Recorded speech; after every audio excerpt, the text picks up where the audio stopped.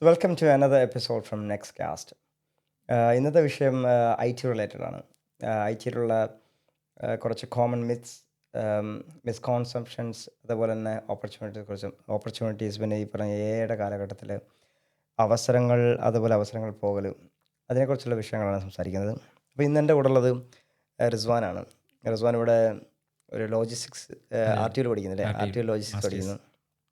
അപ്പോൾ റിസ്വാൻ എൻ്റെ അടുത്ത് വരുമ്പോൾ പൈത്തൻ്റെ കോഴ്സ്, ഇപ്പോൾ എ ഐ ലോജിസ്റ്റിക്സിൽ വേണമെന്ന് പറഞ്ഞിട്ടാണ് പൈത്തൺ കോഴ്സ് പഠിക്കാൻ പറയുന്നത്. അപ്പോൾ പൈത്തൺ പഠിച്ചുകൊണ്ടിരുന്ന സമയത്ത് കുറച്ച് ചോദ്യങ്ങൾ എന്നോട് ചോദിച്ചതിൻ്റെ പേരിൽ അപ്പോൾ ഞാൻ വിചാരിച്ചു എന്തുകൊണ്ട് അത് പോഡ്കാസ്റ്റ് ആയിക്കൂടാ. കാരണം എനിക്ക് തോന്നുന്നത് അത് ബേസിക് ആയിരുന്നു, ബിഗിനേഴ്സിൻ്റെ ചോദ്യങ്ങളായിരുന്നു. അപ്പോൾ ആ ചോദ്യങ്ങൾ എനിക്ക് തോന്നുന്നത് എല്ലാവരുടെയും കോമൺ ക്വസ്റ്റ്യൻസ് ആയിരിക്കും. അതിൻ്റെ പേരിൽ ഞാനത് പോഡ്കാസ്റ്റ് ആക്കി. അത് എനിക്കിനിപ്പോൾ രണ്ടാമത് റിപ്പീറ്റഡ് പറഞ്ഞതിനെക്കാട്ടും നല്ലത് എനിക്ക് പോഡ്കാസ്റ്റിനകത്ത് പോയി എൻ്റെ Q&A നോക്കിയാൽ മതി എന്ന് പറഞ്ഞിട്ട്. അപ്പോൾ നമുക്കതിലേക്ക് പോവാം. അപ്പോൾ എനിക്ക് തോന്നുന്നത് എനിക്ക് തുടങ്ങേണ്ട ഒരു ഭാഗം കമ്പ്യൂട്ടർ.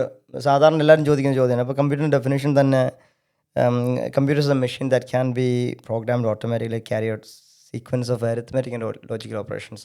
അപ്പോൾ നമ്മൾ പറയുന്നത് നമ്മൾ കുറേ പ്രോഗ്രാം എഴുതി എന്ന് പറയുന്നു, പക്ഷേ അതിൻ്റെ പുറകിൽ നടക്കുന്ന എന്ന് വെച്ചാൽ അറ്റ് ദി എൻഡ് മെഷീനിലേക്ക് വരുമ്പോൾ വീണ്ടും അത് ഈ പറഞ്ഞ അരിത്മെറ്റിക് ആൻഡ് ലോജിക്കൽ ഓപ്പറേഷൻസ് മാത്രമാണ്. അപ്പോൾ നമ്മൾ കുറേ കാര്യങ്ങൾ കണ്ടീഷൻസ് എഴുതി അങ്ങനെ എഴുതി. പക്ഷേ മെഷീനിലേക്ക് വന്നു കഴിഞ്ഞാൽ വീണ്ടും അത് ഈ പറഞ്ഞ മെഷീൻ എന്ന് പറഞ്ഞാൽ ഇലക്ട്രിസിറ്റി മാത്രം കൊണ്ട് ഓടുന്നൊരു മെഷീനാണ്. എന്ന് വെച്ചാൽ ഓൺ ഓഫ് എന്ന് പറഞ്ഞാൽ രണ്ട് സ്റ്റേറ്റേ ഉള്ളൂ, സ്വിച്ച് ഇടാം, സ്വിച്ച് ഓഫ് ചെയ്യാം. അപ്പോൾ എന്നതുപോലെ അപ്പം അവിടെ നടക്കുന്നത് പറഞ്ഞാൽ binary calculations, zeros and ones. അപ്പോൾ ആ സമയത്ത് അരിത്മെറ്റിക് ആൻഡ് ലോജിക്കൽ ഓപ്പറേഷൻസിന് മാത്രമേ സ്ഥാനമുള്ളൂ. അല്ലാതെ നമ്മൾ ഈ പറഞ്ഞ പോലെ ഇപ്പം ഗ്രാഫിക്കൽ ഡിസൈനിങ്ങിൽ നമ്മൾ കൊടുക്കുന്ന ഇമേജ് കണ്ടുപിടിക്കാവുന്നതല്ല. ബാക്ക് എൻഡിൽ വരുന്നത് എൻ്റെ ഒരു കൺവേർഷൻ, ഡിജിറ്റൽ കൺവേർഷനിലേക്ക് വന്നതിന് ശേഷം അതിൻ്റെ ഒരു കാൽക്കുലേഷൻ. ആ കാൽക്കുലേഷൻ എന്ത് ചെയ്യും, ഫ്രണ്ട് എൻഡിലേക്ക് നമ്മളത് ഡീകോഡ് ചെയ്യും. എൻകോഡിങ് ഡീകോഡിങ് എന്ന് പറഞ്ഞ സാധനമുണ്ട്. നമ്മൾ എൻകോഡ് ചെയ്യുക ഡീകോഡ് ചെയ്യുക ചെയ്തു എന്ന് വെച്ചാൽ തരുന്ന ഡേറ്റ നമ്പർ ആയിരിക്കും. ആ നമ്പറിനെ നമ്മൾ ഡിസ്പ്ലേജിലേക്ക് വരുമ്പോൾ നമ്മൾ അതിൻ്റെ റെലവൻറ്റ് ഡേറ്റ ഫ്രണ്ട് എൻഡിൽ കാണിക്കും, അത്രേ ഉള്ളൂ. അപ്പോൾ മെഷീൻ ഒരു പ്രോസസ്സ് ചെയ്യും, പ്രോസസ്സ് ചെയ്തതിന് ശേഷം നമുക്ക് എന്ത് തിരിച്ചു തരും. അതാണ്. നിങ്ങളിപ്പോൾ വർക്ക് ചെയ്യണത് അസെഞ്ചറിലാണെന്ന് പറഞ്ഞു. ഞാൻ ആക്സെഞ്ചറിലാണ്. എത്ര വർഷമായി ഇപ്പോൾ അവിടെ വർക്ക് ചെയ്ത് തുടങ്ങിയിട്ട്? ഞാൻ 2018 ലാറ്റ്വിയയിൽ വന്നു. ഇസ്മയിൽ യൂണിവേഴ്സിറ്റി കോഴ്സ് എടുത്തു. ആ സമയത്ത് ഞാനൊരു ഇവിടെ ഒരു ബൂട്ട് ക്യാമ്പ് എന്ന് പറഞ്ഞ സെഷൻ ഉണ്ട്. അപ്പം എനിക്ക് തോന്നുന്നു അഡ്വർടൈസ്മെൻറ്റ് ഫേസ്ബുക്കിലൊക്കെ, ഞാൻ ഫേസ്ബുക്കായിരുന്നു അന്ന്, ഇൻസ്റ്റാഗ്രാം അത്ര പോപ്പുലർ അല്ല. അപ്പോൾ ഫേസ്ബുക്ക് വന്ന സമയത്ത് ബൂട്ട് ക്യാമ്പ് ഉണ്ടായിരുന്നു. അപ്പം ലിനക്സ് അഡ്മിനിസ്ട്രേഷൻ എന്ന് പറഞ്ഞിട്ട് ഞാൻ അതിലാണ് വർക്ക് ചെയ്തിട്ടുള്ളത്. ഞാൻ പ്രീവിയസ് വർക്ക് ചെയ്ത് പറഞ്ഞ ഒരു ടെക്നോ പാർക്കിൽ കൊച്ചിയിലെ അതിനകത്ത് പാർക്കിലൊരു കമ്പനിയിൽ വർക്ക് ചെയ്തിട്ടുണ്ടായിരുന്നു. പിന്നെ ബാംഗ്ലൂർ ഒരു രണ്ട് സ്റ്റാർട്ടപ്പ് കമ്പനിയായിരുന്നു. അപ്പോൾ അതുകൊണ്ട് നമുക്ക് കുറച്ച് ലേൺ ചെയ്യാൻ പറ്റി.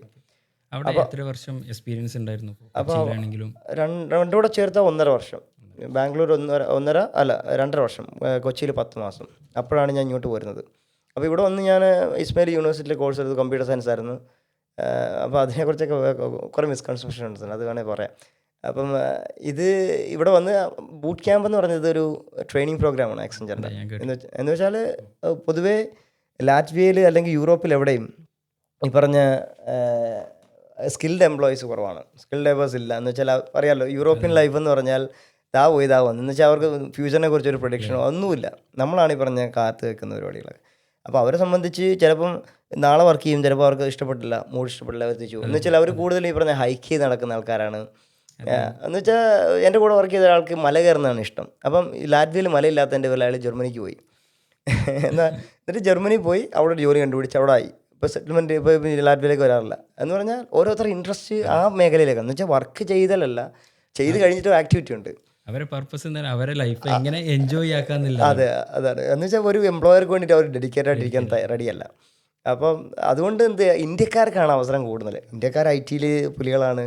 എല്ലാവരും ചോദിക്കുന്നതാണ്, ഇന്ത്യയിലാണെങ്കിൽ നിങ്ങൾക്ക് കമ്പ്യൂട്ടർ ഹാക്ക് ചെയ്യാൻ അറിയോ, ഇവിടെ എല്ലാം ചോദിക്കുന്നതാണ്. എൻ്റെ അടുത്ത് നാളെ ഒരു കുട്ടി ചോദിച്ചതെന്ന് വെച്ചാൽ, ഞാൻ പറഞ്ഞു കമ്പ്യൂട്ടർ എക്സ്പേർട്ട് എന്ന് പറഞ്ഞാൽ നിങ്ങൾ സ്കാമറാണോ എന്ന് ചോദിച്ചു.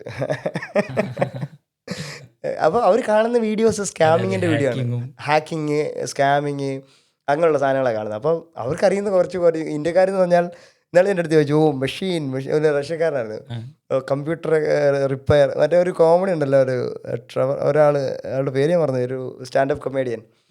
അപ്പം ഇപ്പോൾ ഇല്ല ബാങ്ക് കൊള്ളടിക്കുന്ന കാര്യം പറഞ്ഞപ്പോൾ ദേ thought I M A tech support എന്ന് പറഞ്ഞിട്ട് സാധനം ഉണ്ടല്ലോ. എന്ന് വെച്ചാൽ കൊള്ളയടിക്കാൻ പോയി. പക്ഷേ ഇയാൾ ഇങ്ങനെ ഇൻഷർട്ടൊക്കെ ചെയ്ത് തന്നപ്പോഴത്തേക്ക് അവർ പറഞ്ഞ് കമ്പ്യൂട്ടർ ശരിയാക്കാനാന്ന് പറഞ്ഞിട്ട് കൊടുത്ത് കൊള്ളയടിക്കാൻ പോയതാണ്.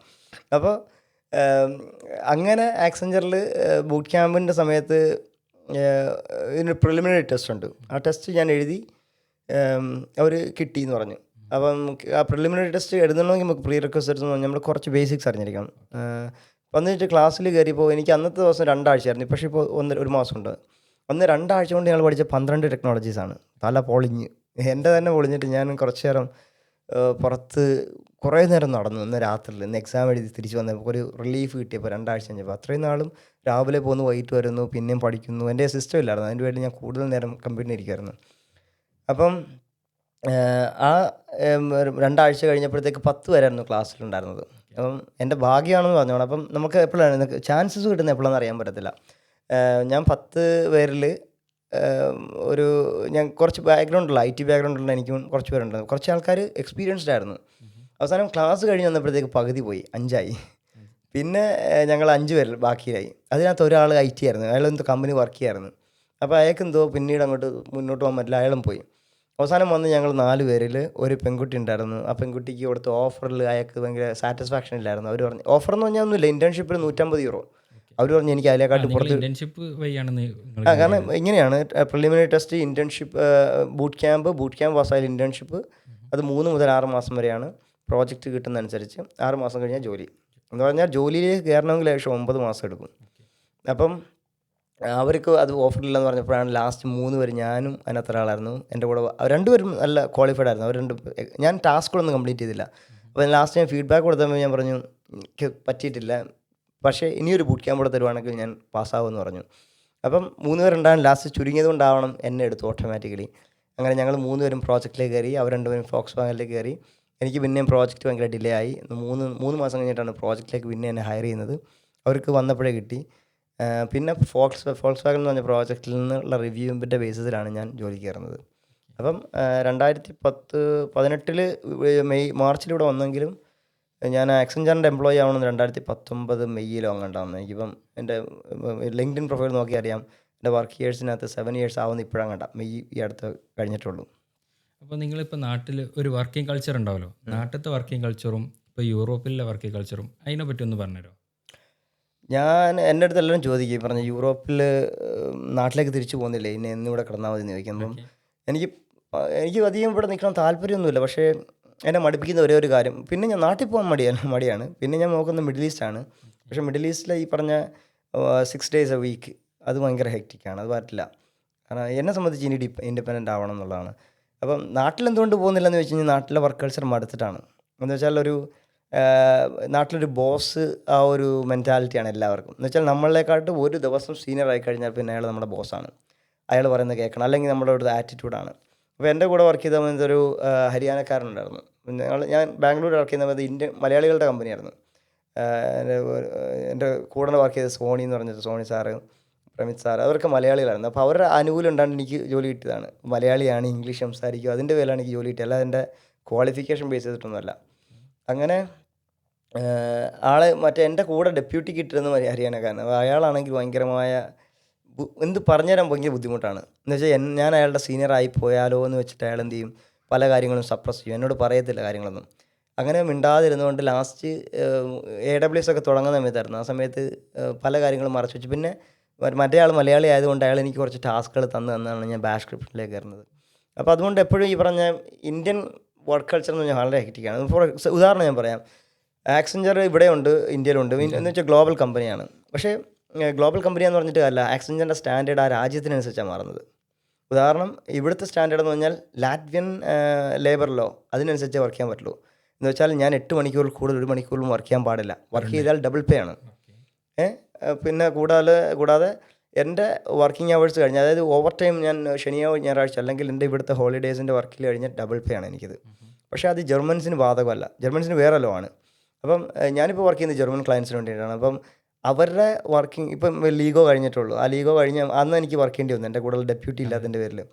അപ്പം പക്ഷേ ഞങ്ങൾ തമ്മിലുള്ള എഗ്രിമെൻ്റ് എന്ന് പറഞ്ഞാൽ I can take off another day. എനിക്ക് തിങ്കൾ ചൊവ്വ ബുധൻ എനിക്ക് എടുക്കണ്ട, ലീവ് വർക്ക് എനിക്ക് എടുക്കാൻ ഏത് ദിവസം. എനിക്കിപ്പോൾ ഞാനത് റിസർവ് വെച്ചേക്കുന്നത് വെച്ചാൽ ഏതെങ്കിലും വെക്കേഷൻ സമയത്ത് അതിൻ്റെ കൂട്ടത്തിൽ ഞാൻ എടുക്കും. അപ്പോൾ അത് ഞങ്ങൾ പ്രോജക്റ്റ് മാനേജറുടെ എഗ്രിമെൻ്റ് ആണ്. അപ്പം ഇന്ത്യയിലുള്ള ആക്സെഞ്ചറിലുള്ള ഒരു കമ്പനി ഒരു പ്രോജക്റ്റ് മാനേജർ നമ്മൾ ഹയർ ചെയ്യാൻ വേണ്ടി വിളിച്ച സമയത്ത് അയാൾ വർക്ക് ചെയ്യുന്നത് വൈകുന്നേരം 7:30-ക്ക്, അതായത് നമ്മുടെ ഇവിടെ 5 മണിക്ക്. അപ്പോൾ എൻ്റെ കൂടെയുള്ള ഒരു കൊളീഗിൻ്റെ അടുത്ത് ഇൻ്റർവ്യൂ ഷെഡ്യൂൾ ചെയ്യാൻ വേണ്ടിയിട്ട് അയാൾ സമയം ചോദിച്ചു. അപ്പോൾ പറഞ്ഞു വൈകുന്നേരം ഞാൻ ഇപ്പോൾ ഫ്രീ ആണ്, റെഡി ആണെന്ന് വെച്ചാൽ. അവിടുത്തെ 7:30 ഇവിടുത്തെ 5 മണിയായിട്ടുള്ളൂ. അപ്പോൾ അയാൾ പറഞ്ഞ് നിങ്ങൾ ഇനിയിപ്പോൾ തിങ്കളാഴ്ച നോക്ക്, ഞാനിന്ന് പോവുകയാണ്, 5 മണി കഴിഞ്ഞ് എൻ്റെ വർക്കിംഗ് അവേഴ്സ് കഴിഞ്ഞു. അപ്പോൾ അയാൾ പറയാം എന്ത് മനുഷ്യനാണ്, അയാൾ എൻ്റെ അടുത്ത് ഒരു ഒരു ഒരു 5 മിനിറ്റ് പോലും ഞാൻ ചോദിച്ചിട്ടില്ല, പക്ഷേ അയാൾക്ക് അതുപോലെ ഇരിക്കാൻ പറഞ്ഞു. ഞാൻ അന്നേരം ഒരു വീഡിയോ അയച്ചു കൊടുത്തു. 5 മണി കഴിഞ്ഞാൽ പിന്നെ ഞങ്ങൾ മാനേജർ എന്നല്ല, ഇനിയിപ്പോൾ കമ്പനിയുടെ മുതലാളി വിളിച്ചാലും ഇവരെടുക്കത്തില്ല. അപ്പം അതുപോലെ ഉദാഹരണം, ഞങ്ങൾ ഫോക്സ് വാനിൽ വർക്ക് ചെയ്യുന്ന സമയത്ത് എൻ്റെ കൊളീഗ് ഇവിടെ ജർമ്മനിയിലുള്ള ഒരാൾ പറഞ്ഞ പ്രോജക്റ്റ് മാനേജറായിരുന്നു. അപ്പോൾ ഇവിടെ ഒരു വർക്കർ ഇവിടെയായിരുന്നു. അപ്പോൾ അവർ ഈ പറഞ്ഞ അയാളാണെങ്കിൽ കുറച്ച് അധികം നേരം വർക്ക് ചെയ്യും, ചിലപ്പോൾ രാത്രിയിലായിരിക്കും എക്സ്ട്രാ വർക്ക് ചെയ്യുന്നത്. അപ്പോൾ അയാൾ വർക്ക് ചെയ്യുന്ന സമയത്ത് ടാസ്കുകൾ എന്ത് ചെയ്യും, സിസ്റ്റത്തിൽ ആഡ് ചെയ്തിട്ടാണ് പോകുന്നത്. അപ്പോൾ നോട്ടിഫിക്കേഷനായിട്ട് ഇമെയിലും മെസ്സേജസുമായിട്ട് ഈ ഫോണിലേക്ക് ഇങ്ങനെ ഡിങ് ഡിങ് എന്നുള്ള സൗണ്ട് വരും. അപ്പം നമ്മളെ സംബന്ധിച്ച് അത് മ്യൂട്ട് ചെയ്ത് വെക്കുക എന്നുള്ളത്. പക്ഷേ അവർക്കത് മ്യൂട്ട് ചെയ്ത് വെക്കാതെ പറഞ്ഞിട്ട് അവർക്ക് ആ മെസ്സേജ് വന്നു.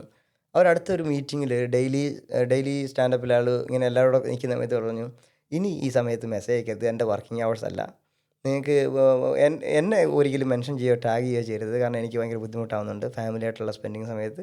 അപ്പോൾ അവർ പറഞ്ഞ് ഇനി ഉണ്ടാകത്തില്ല, ഞാനത് വൈകുന്നേരം പോകുന്ന സമയത്ത് ഇങ്ങനെ ചെയ്തു പോയെന്ന് പറഞ്ഞു. അപ്പോൾ ഇവർ അത്രക്കും ടൈമിങ് നോക്കുന്നുണ്ട്, ഫാമിലി സ്പെൻഡിങ് ടൈമിൻ്റെ. ഓഫ് കോഴ്സ് ഞാൻ പറഞ്ഞില്ലേ, വെള്ളിയാഴ്ചകളിൽ എനിക്കിത് വർക്കില്ല. എന്ന് വെച്ചാൽ വെള്ളിയാഴ്ചകളിൽ പൊതുവേ ഡിപ്ലോയ്മെൻറ്റ്സ് ഇല്ലാത്തതിൻ്റെ പേരിൽ ആരും ആ പറഞ്ഞ റെസ്പോൺസിബിലിറ്റി എടുക്കത്തില്ല. വേണമെങ്കിൽ ഞാൻ ഇന്ന് ഉച്ച വരെ വർക്ക് ചെയ്തിട്ടുള്ളൂ, 12:30 വരെ വർക്ക് ചെയ്തിട്ടുള്ളൂ. കാരണം അതിനുശേഷം ഞാൻ പറഞ്ഞിട്ടുണ്ട് എൻ്റെ അവൈലബിലിറ്റി, ഞാൻ എൻ്റെ കലണ്ടർ ബ്ലോക്ക് ചെയ്തിട്ടുണ്ട്. ഒരു 3 മണി വരെ ഞാൻ അവൈലബിൾ അല്ല, പള്ളിയിൽ പോകുന്നതിൻ്റെ പേരിൽ ഞാൻ മുമ്പിൽ അവൈലബിൾ അല്ല. പക്ഷേ 3 മണി കഴിഞ്ഞാലും വരുമെന്ന് അവർക്ക് ഉറപ്പില്ല, കാരണം എന്നെ വിളിക്കാറില്ല ആരും. വേണമെങ്കിൽ വിളിക്കും, എന്നെ വിളിച്ചിട്ട് ചോദിക്കും വരുവാണെങ്കിൽ ഇമ്പോർട്ടൻ്റ് ആയിട്ട് എന്തെങ്കിലും ഇമ്പോർട്ടൻ്റ് ഉണ്ടാകത്തില്ല, കാരണം വെള്ളി ശനി ഞാൻ ആരും വർക്ക് ചെയ്യുന്നില്ല. അപ്പം എന്തെങ്കിലും ഉണ്ടെങ്കിൽ തന്നെ വിളിച്ചു ചോദിക്കും, ഫ്രീ ആണെങ്കിൽ ഒന്ന് ചെയ്തേക്കാൻ പറയും. അതല്ല നമ്മളൊരു ഡിമാൻഡിങ്. നിങ്ങൾ ഇന്ത്യക്കാരങ്ങനെ, ഇന്ത്യക്കാരെന്ന് ഉദാഹരണം ഞാൻ പറയാം, ഇന്ത്യക്കാരൻ എവിടെ ആയിക്കോട്ടെ, അവനിപ്പോൾ യൂറോപ്പിൽ വന്നാലും ഇന്ത്യക്കാരൻ തന്നെ, ആ രസം. അപ്പം ഒരു കൊളീഗിൻ്റെ കൂടെയുള്ള വർക്ക് പ്രോജക്റ്റ് മാനേജർ അമേരിക്കയിലായിരുന്നു, അവരുടെ പ്രോജക്റ്റ് US ബേസ്ഡ് ആയിരുന്നു. അതിൻ്റെ പ്രോജക്റ്റ് മാനേജർ ഒരു ഇന്ത്യക്കാരനായിരുന്നു. അപ്പോൾ ആ ഇന്ത്യക്കാരൻ ചെയ്ത പരിപാടി എന്ന് വെച്ചാൽ ഇയാളെ കൊണ്ട്, ഇയാൾക്ക് ഈ ആക്സഞ്ചറിൻ്റെ സ്റ്റാൻഡേർഡ്സ് ഒന്നും അറിയത്തില്ല ലാറ്റ്വിയയിലെ. അയാൾ വന്നിരുന്നു, അയാൾ വിചാരിച്ച് ഇന്ത്യ പോലെയൊക്കെ ആയിരിക്കും എന്ന് വിചാരിച്ച്. പക്ഷേ അയാൾ മറ്റേ US എന്ത് ചെയ്തു, പണിയെടുപ്പിക്കുക, ഓവർ ടൈം, ശനി ഞായറൊന്നും ഇല്ല. ഇയാൾ പറയും എനിക്ക് ഉറങ്ങാൻ പറ്റുന്നില്ല, ഞാൻ ജിമ്മിൽ പോയിട്ട് കുറേ നാളായി, എൻ്റെ പ്രോജക്റ്റ് പെൻഡിങ് ആയപ്പോഴാണ് ഇങ്ങനെ പറഞ്ഞു ബുദ്ധിമുട്ടാണ്, എനിക്ക് ഭയങ്കര ബുദ്ധിമുട്ട്. ഞാൻ പറഞ്ഞു ആക്സഞ്ചറിൽ റിപ്പോർട്ട് ചെയ്യും. അപ്പോൾ ഞാൻ പറഞ്ഞു വേണ്ട. ലാസ്റ്റ് അയാൾ പോകാൻ നേരത്ത് സഹി ഇട്ടാൽ റിപ്പോർട്ട് ചെയ്തപ്പോൾ ആക്സഞ്ചർ കൊടുത്ത പേയ്മെൻ്റ് എന്ന് വെച്ചാൽ ഇയാൾ ഓവർ ടൈം എടുത്ത ദിവസങ്ങളുടെ എല്ലാം ഡബിൾ പേ കൊടുത്തു.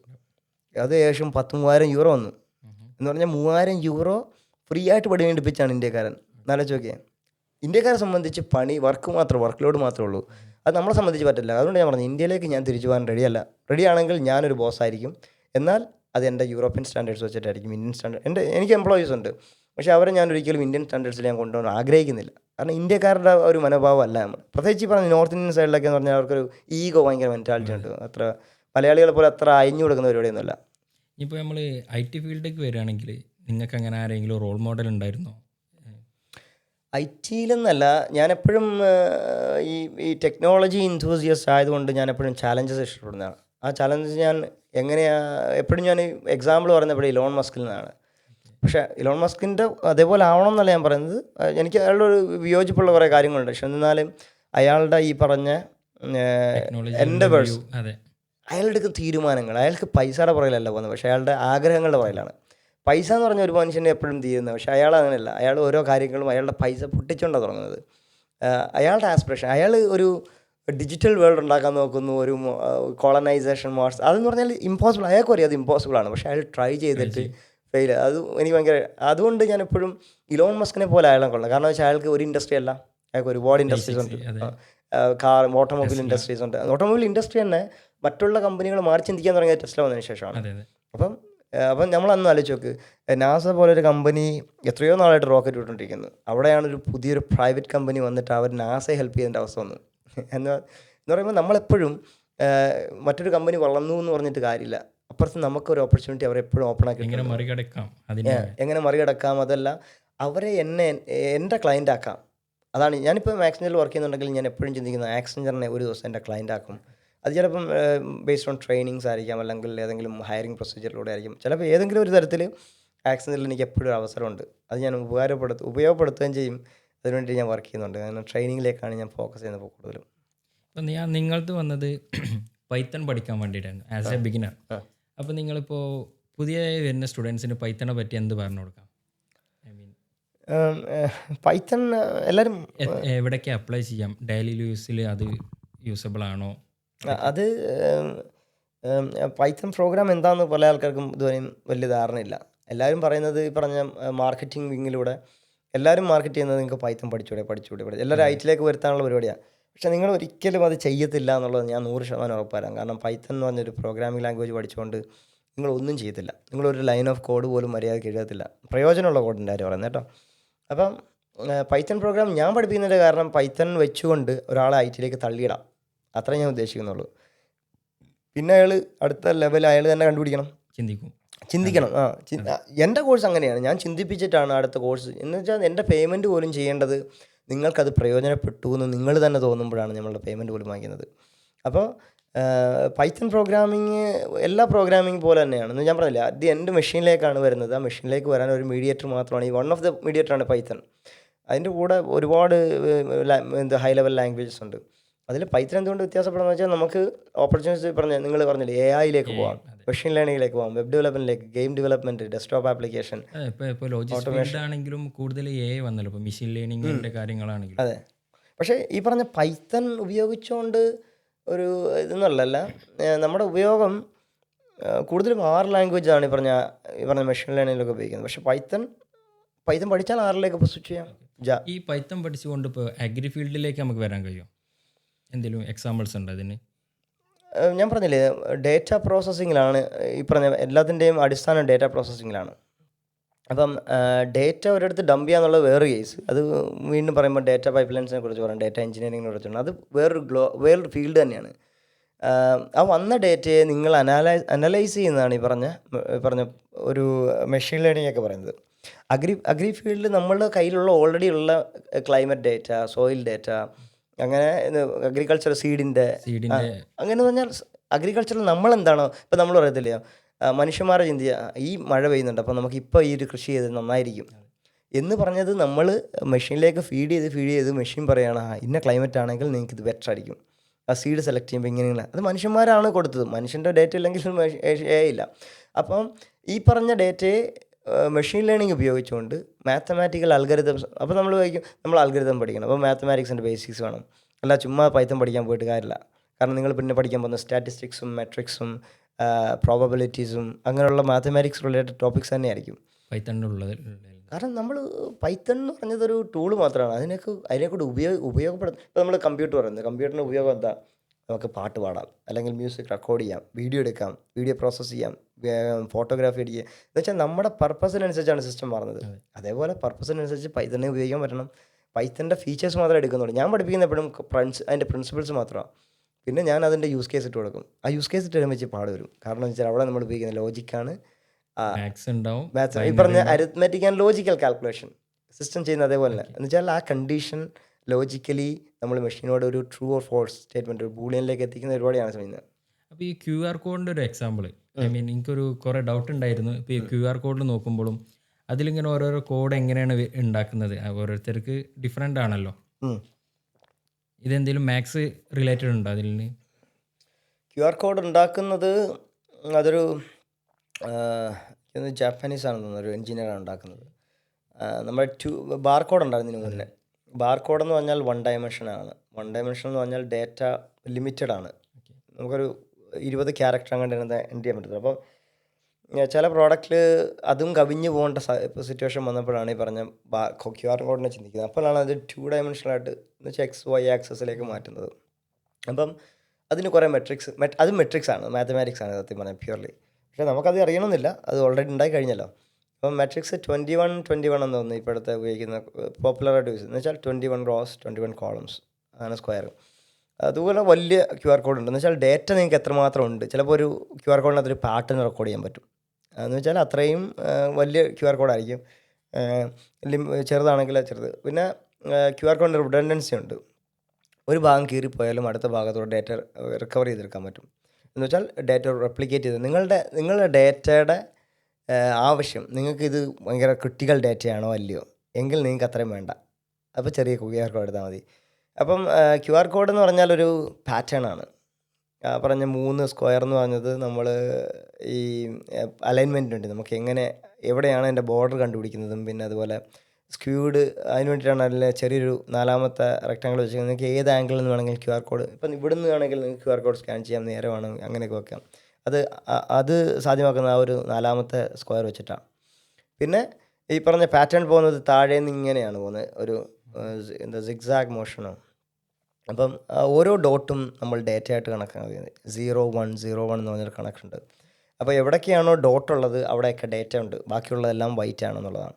അപ്പോൾ അതിനെ ലെയർ മാസ്ക് ചെയ്തുകൊണ്ടൊരു ലെയർ കൊണ്ടുണ്ട്. എന്ന് വെച്ചാൽ നമ്മുടെ ഡിവൈസ് എല്ലാം ക്യാമറ ഉണ്ട്, എനിക്ക് QR കോഡ് സ്കാൻ ചെയ്യാൻ പറ്റില്ല എന്ന് പറഞ്ഞതിൻ്റെ അർത്ഥമില്ല.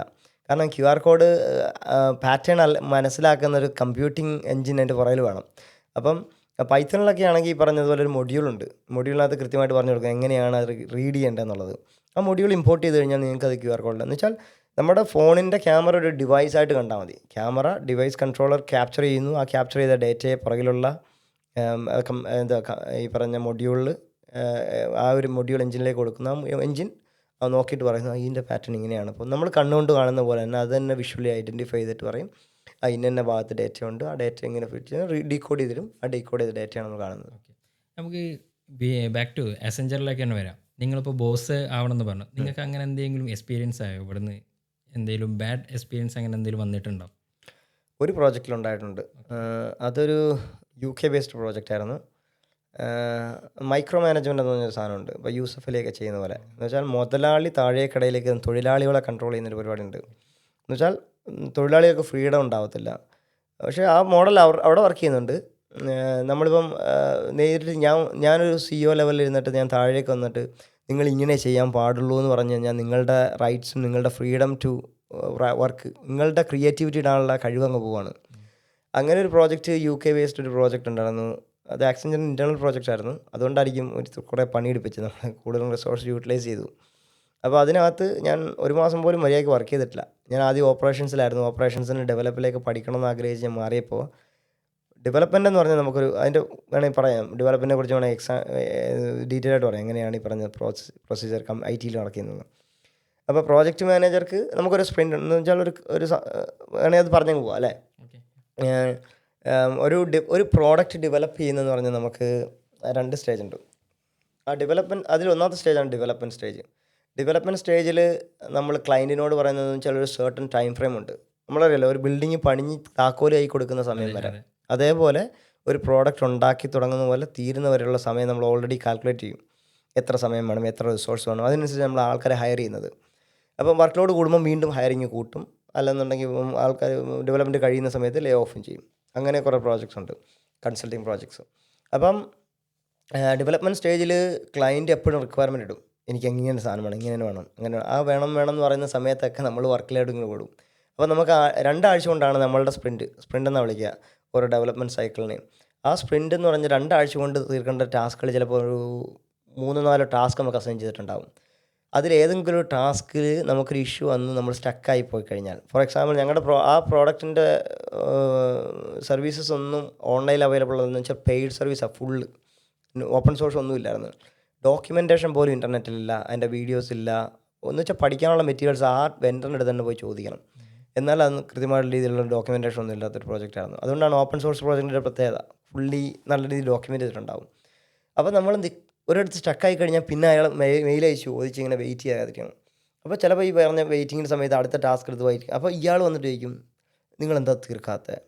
അപ്പം നമ്മൾ പറയും, ഞാൻ നാളെ എനിക്കൊരു പ്രശ്നം ഉണ്ടായെന്ന് വെച്ചാൽ ഒരു കോൺഫ്ലുവൻസ് എന്ന് പറഞ്ഞ ടൂൾ ഉണ്ടായിരുന്നു, വിക്കിപീഡിയ ഒക്കെ എഴുതുന്ന ഒരു ടൂളായിരുന്നു. ആ ടൂളിൻ്റെ എന്തോ ഒരു ലൈവാക്കുന്നൊരു പരിപാടിയാണ് ഞാൻ ചെയ്തുകൊണ്ടിരുന്നത്. അപ്പോൾ ചെയ്തുകൊണ്ടിരുന്ന സമയത്ത് ഞാനിങ്ങനെ അപ്പോൾ നമ്മൾ ടൂൾ കിടക്കുന്നത് ഇങ്ങനെ അങ്ങേറ്റത്ത് ആപ്ലിക്കേഷൻ കിടക്കുന്നത്.